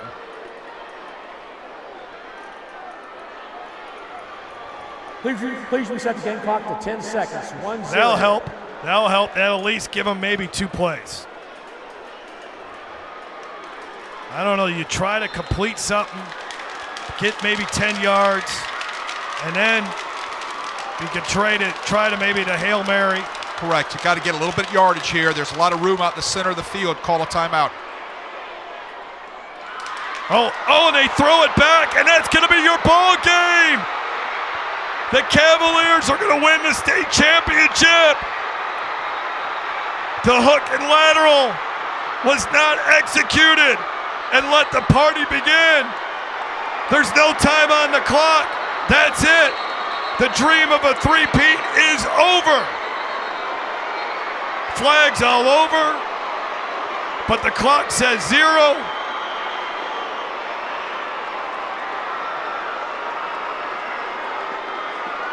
Well, they're going to put at least a second back on that clock, a couple seconds back on that clock maybe. You're going to get the penalty for excessive celebration, but it's just a kneel down. Question is, are they going to rule that a catch and a fumble? Ruling on the field was complete catch with the backer's pass. The previous play is under further review. There you go. That's going to be the question here. St. Charles is hoping that they're going to call it an incomplete pass, obviously, so they can have one more shot.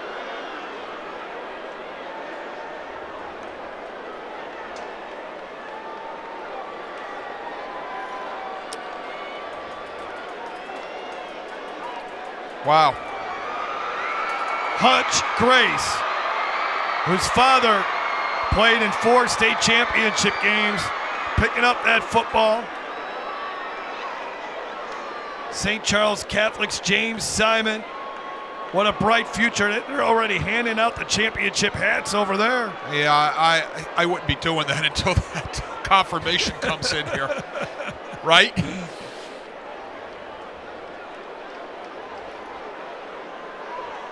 Second state championship for Rodney Guin, especially if this play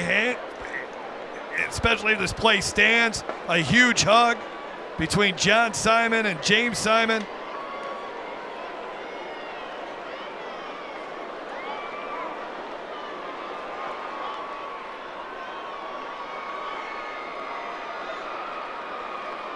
Looked like Coach. They're taking a long time. I'd be a little nervous here, right? Looked like Coach Guin was saying, hey, if they rule that this was a... Yeah, you better put the hats away. You see guys taking their hats off and holding them. Here we go. Let's take a look. Oh, my goodness. I think it's a catch. You know, what's the old adage? You got to make a football play. You catch the ball. You got to make a football play, get a step down, take a couple of steps, whatever. You know, they always argue about what is a catch, what isn't a catch. Here we go. After further review, the ruling on the field is confirmed. The game is over. There is no foul. Calvary Baptist state champions for a 4th time in football. Congratulations to Coach Rodney Guin in his 41st season. He finally gets to play or coach a game in the Caesars Superdome, and he's going to leave a winner. Meanwhile, heartbreak for St. Charles Catholic. It looked like they had this game in control. What a 4th quarter to stun the Comets, outscoring them 15-0. It was 28-19. Check that, 28-13. And they come from behind to win. Wade Kaiser? Hey, they had things in control, like you said, but you can never count Calvary Baptist out. Great football team, great coaching staff, did a nice job getting them to play better defense in the second half. They did it. Outstanding football game, 1 to go. Coming up, the Louisiana Farm Bureau Federation postgame show. For Ronnie Rance, Wade Kaiser, I'm Jeff Palermo. Congratulations to Calvary Baptist. Division III Select champs. Sugar. It's part of this city's DNA. It flavors our favorite treats and even the little ways we interact. Hi, sweetie. For the past 90 years, the nonprofit Sugar Bowl organization has generated billions of dollars in economic impact for our local communities and the people who call this home. And you can help us give back while keeping the Sugar Bowl an elite game. Because what would we be without our sugar? So step up to support the Sugar Bowl and keep New Orleans sweet. Tackle the road with courtesy value. Because every vehicle is equipped with tons of value. Score big with the courtesy value advantage. 1, we have a huge selection all on one website. 2, you can't pay too much for a vehicle at Courtesy. Because every vehicle comes with a courtesy value guarantee. Including the warranty, covering hundreds of items. So you get top dollar if you decide to trade it in.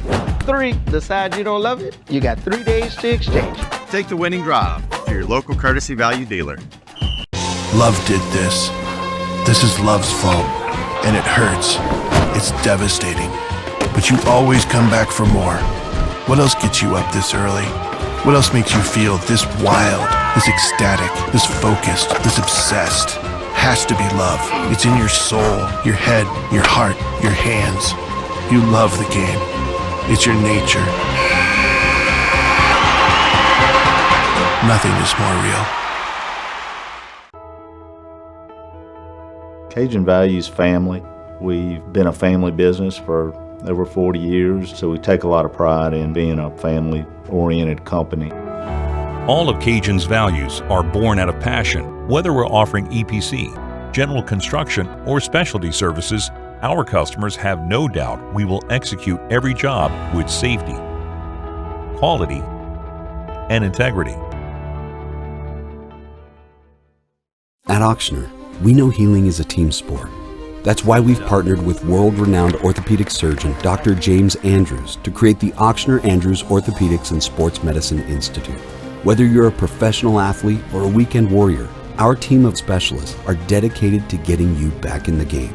So whatever your reasons are for reaching your personal best, we've only got one: you. Auctioner Andrews Institute. Long live you. So it's going to come down to this. Can they do it?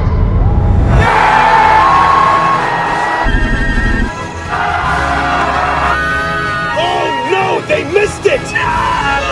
Wait a minute! There's a flag on the play!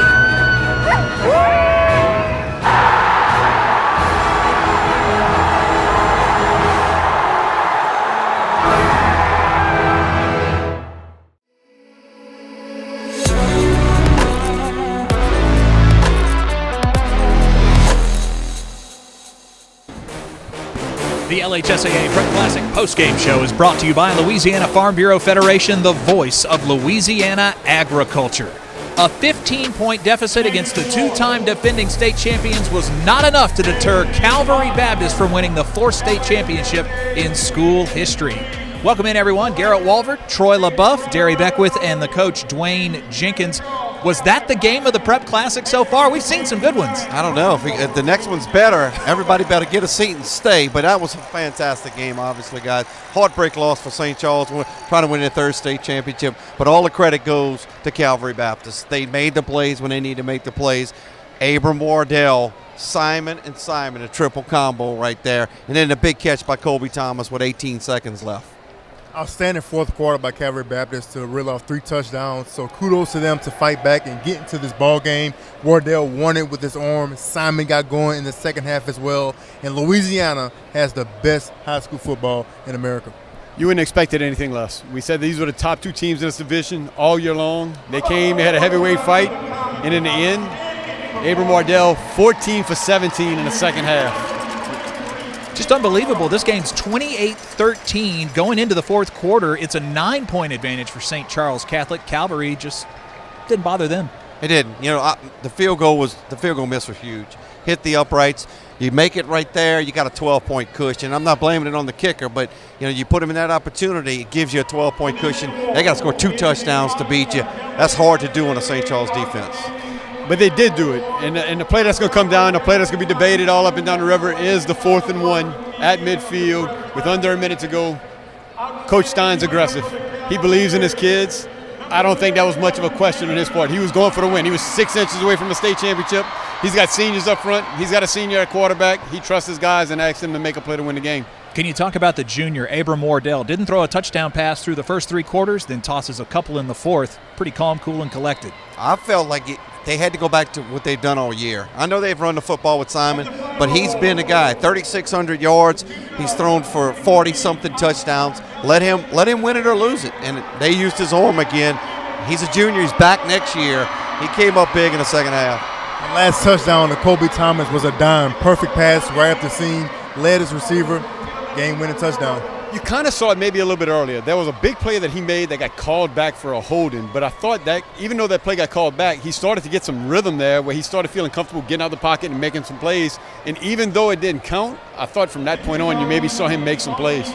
The first undefeated championship season in Calvary Baptist history. 2023, the Cavaliers go 14-0. Thoughts on most outstanding player for Calvary Baptist? It's hard to pick. Simon running the football was good early. He ran the ball strong throughout the game, but if I got a choice, I'm taking Abram Wardell. Our player of the game from Calvary Baptist, Simon, who was able to get loose on a couple of touchdown runs early and late in this ballgame and help his team come away with the win. Brought to you by Cribs Incorporated. I thought that 3rd touchdown run they had was just an excellent play call by the offensive staff at Calvary. It was a 3rd and long situation right there, and St. Charles had a blitz coming, and they ran kind of like a counter draw, and he busted it for a touchdown. And also, when you can run the football, it does open the passing game. So James Simon poses that threat where you have to honor the run game. I think it did open up the passing game for Wardell and his offense. What do you think they did on Calvary's sideline to keep the spirits up? I mean, when you're down double digits to the defending champs, nobody blinked. They've been down in games this year. They didn't lead every game this season. I mean, just the will the coaches have to keep them going. The crowd kept them in it. The crowd was fantastic on both sides. I just think that when you have a team that's 13-0 and you've got a quarterback that's thrown for as many yards as he has, I think as long as they had time on the clock and still was within striking distance, they believed he could find a way to get in the end zone. We have winning pedigree and winning DNA. You never think you're out of the game, and that's what Calvary Baptist did. Everybody up in Caddo Parish will celebrate tonight as Calvary Baptist gets the win. Congratulations to Coach Rodney Guin, who gets to win his first state championship in the Superdome after winning in Natchitoches in 2020 over Ouachita Christian. We'll be back after this. You're watching the LHSAA postgame wrap-up on NFHS Network and Your View. People look up to our craftsmanship, Cribs Incorporated. People look up to our roofing. Craft each job with care. Shingles, metal, slate, or tile. The quality's beyond compare. Raise your standards, set them high. You choose Cribs and here is why. People look up to our craftsmanship. Cribs Incorporated. Today's Louisiana High School Championship games are presented by the following State Farm Insurance agents of Louisiana: Brian Moe of Baton Rouge, Mitch Mueller of Baton Rouge and LaPlace, and Mike Toops of Geismar. Like a good agent, State Farm is there. Tackle the road with courtesy value. Because every vehicle is equipped with tons of value. Score big with the Courtesy Value Advantage. 1, we have a huge selection all on one website. 2, you can't pay too much for a vehicle at Courtesy. Because every vehicle comes with a courtesy value guarantee. Including the warranty, covering hundreds of items. So you get top dollar if you decide to trade it in. 3, decide you don't love it? You got 3 days to exchange. Take the winning drive to your local Courtesy Value dealer. At Auctioner, we know healing is a team sport. That's why we've partnered with world-renowned orthopedic surgeon Dr. James Andrews to create the Auctioner Andrews Orthopedics and Sports Medicine Institute. Whether you're a professional athlete or a weekend warrior, our team of specialists are dedicated to getting you back in the game. So whatever your reasons are for reaching your personal best, we've only got one: you. Auctioner Andrews Institute. Long live you.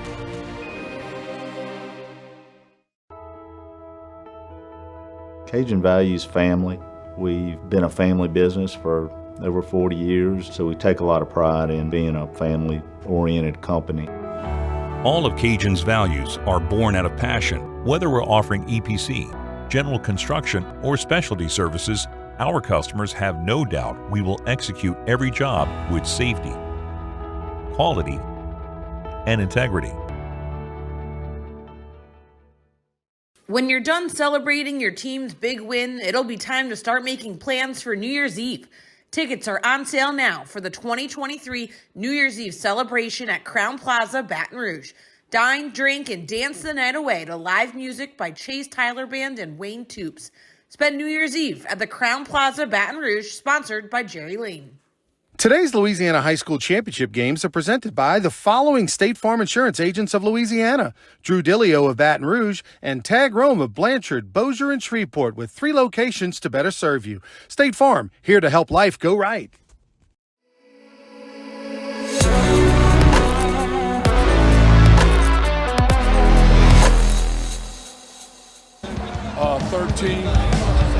And we welcome you back inside. Congratulations to Calvary Baptist, the Cavaliers, with a comeback victory here in the Division III Select Championship game. And we are joined on the desk now by the victorious Cavaliers. Rodney Guin, congratulations. You finally get to win a game inside the Superdome. What was this game like for you guys? A lot of emotion for us. And,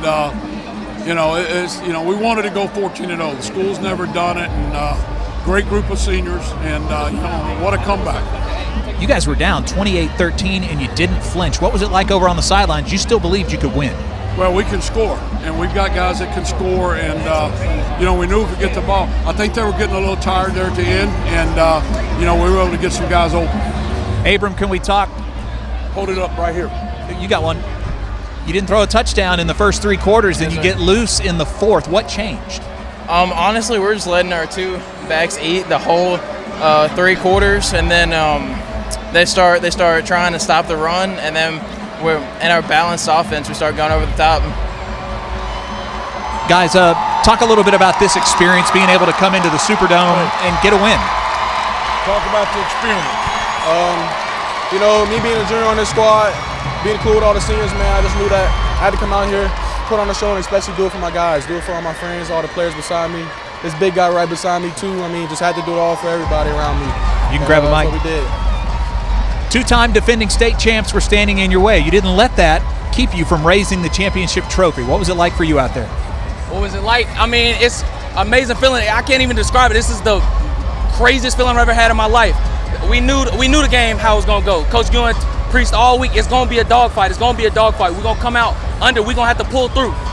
And, you see what happened. Whenever we work, we pull through. Y'all had a great crowd come down. Awesome environment here in the Dome. That last minute was just wild in here. Yeah, it's we've had great support all year, and the school is so much behind football, and so it's tell you what, great deal for these kids, great deal for CBA and all of us. It took 41 years for you to win one here in the Dome. That's pretty good. I know. Hey, I'm running out of years, so I'm glad we got one. So now, man, we're gonna come back next year. We got a lot of kids back, and we're excited about going again. Book it. Buy the tickets now. Congratulations to Calvary Baptist, guys. Thank you very much for your time. We'll wrap up the postgame when we return here inside Caesars Superdome. Prep Classic, 1-1 left. Sugar. It's part of this city's DNA. It flavors our favorite treats and even the little ways we interact. Hi, sweetie. For the past 90 years, the nonprofit Sugar Bowl organization has generated billions of dollars in economic impact for our local communities and the people who call this home. And you can help us give back while keeping the Sugar Bowl an elite game. Because what would we be without our sugar? So step up to support the Sugar Bowl and keep New Orleans sweet. Tackle the road with courtesy value. Because every vehicle is equipped with tons of value. Score big with the Courtesy Value Advantage. 1, we have a huge selection all on one website. 2, you can't pay too much for a vehicle at Courtesy. Because every vehicle comes with a courtesy value guarantee. Including the warranty, covering hundreds of items. So you get top dollar if you decide to trade it in. 3, decide you don't love it? You got 3 days to exchange. Take the winning drive to your local Courtesy Value dealer. At Auctioner, we know healing is a team sport. That's why we've partnered with world-renowned orthopedic surgeon Dr. James Andrews to create the Ochsner Andrews Orthopedics and Sports Medicine Institute. Whether you're a professional athlete or a weekend warrior, our team of specialists are dedicated to getting you back in the game.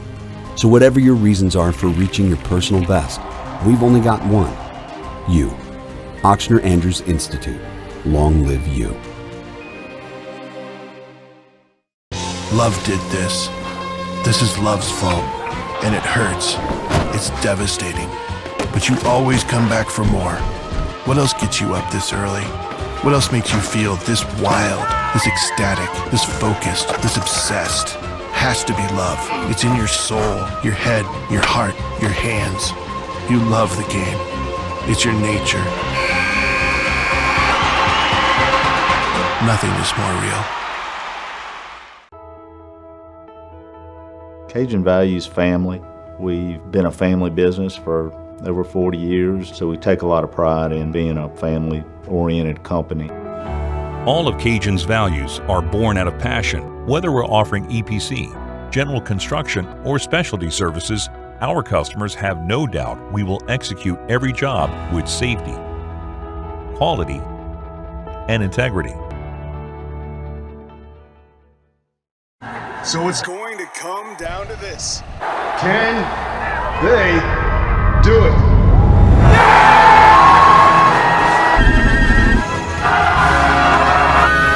Oh no, they missed it! Wait a minute! There's a flag on the play!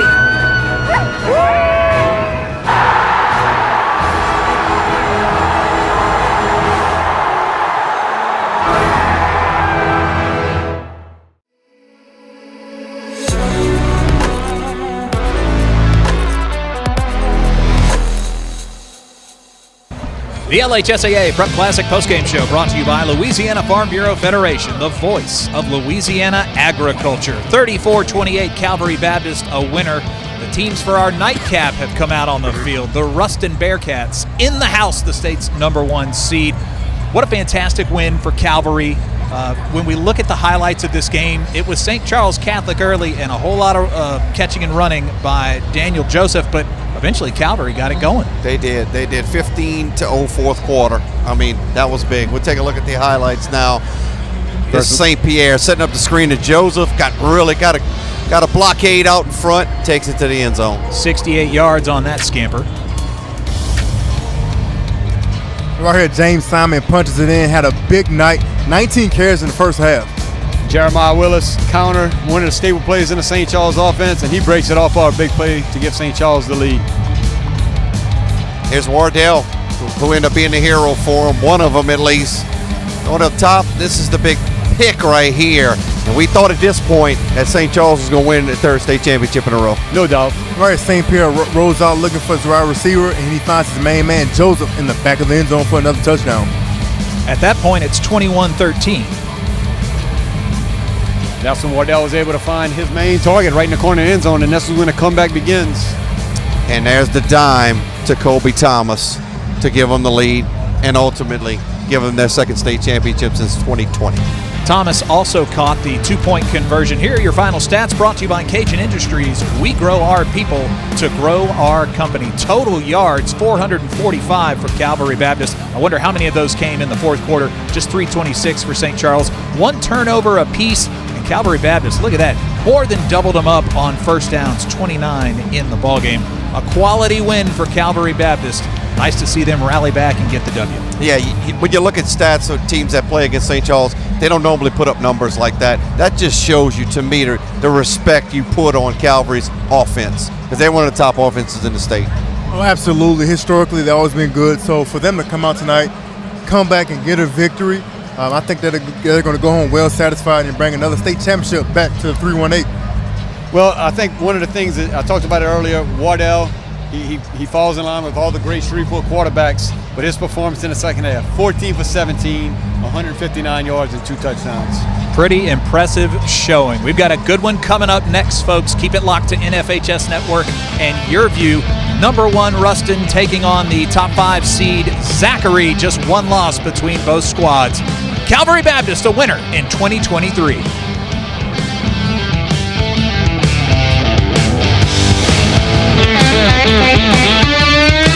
Today's Louisiana High School Championship games are presented by the following State Farm Insurance agents of Louisiana: Drew Dillio of Baton Rouge and Tag Rome of Blanchard, Bossier, and Shreveport, with 3 locations to better serve you. State Farm, here to help life go right. Sugar. It's part of this city's DNA. It flavors our favorite treats and even the little ways we interact. Hi, sweetie. For the past 90 years, the nonprofit Sugar Bowl organization has generated billions of dollars in economic impact for our local communities and the people who call this home. And you can help us give back while keeping the Sugar Bowl an elite game. Because what would we be without our sugar? So step up to support the Sugar Bowl and keep New Orleans sweet. Love did this.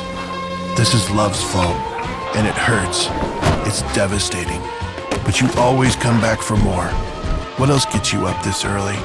What else makes you feel this wild, this ecstatic, this focused, this obsessed? Has to be love. It's in your soul, your head, your heart, your hands. You love the game. It's your nature. Nothing is more real.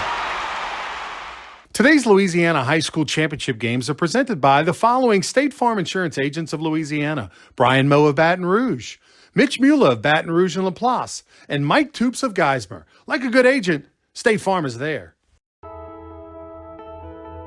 Cajun values family. We've been a family business for over 40 years, so we take a lot of pride in being a family-oriented company. All of Cajun's values are born out of passion. Whether we're offering EPC, general construction, or specialty services, our customers have no doubt we will execute every job with safety, quality, and integrity. So it's going to come down to this. Can they do it?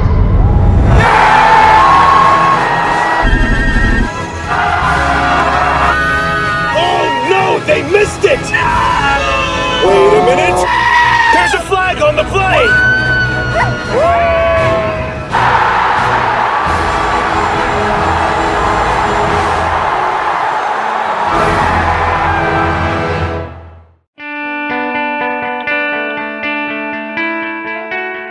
Before I got active in Farm Bureau at the level that I'm at now, I often felt like I was isolated on the farm.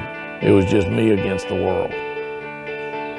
Now, with my Farm Bureau family, I got somebody going against the world with me.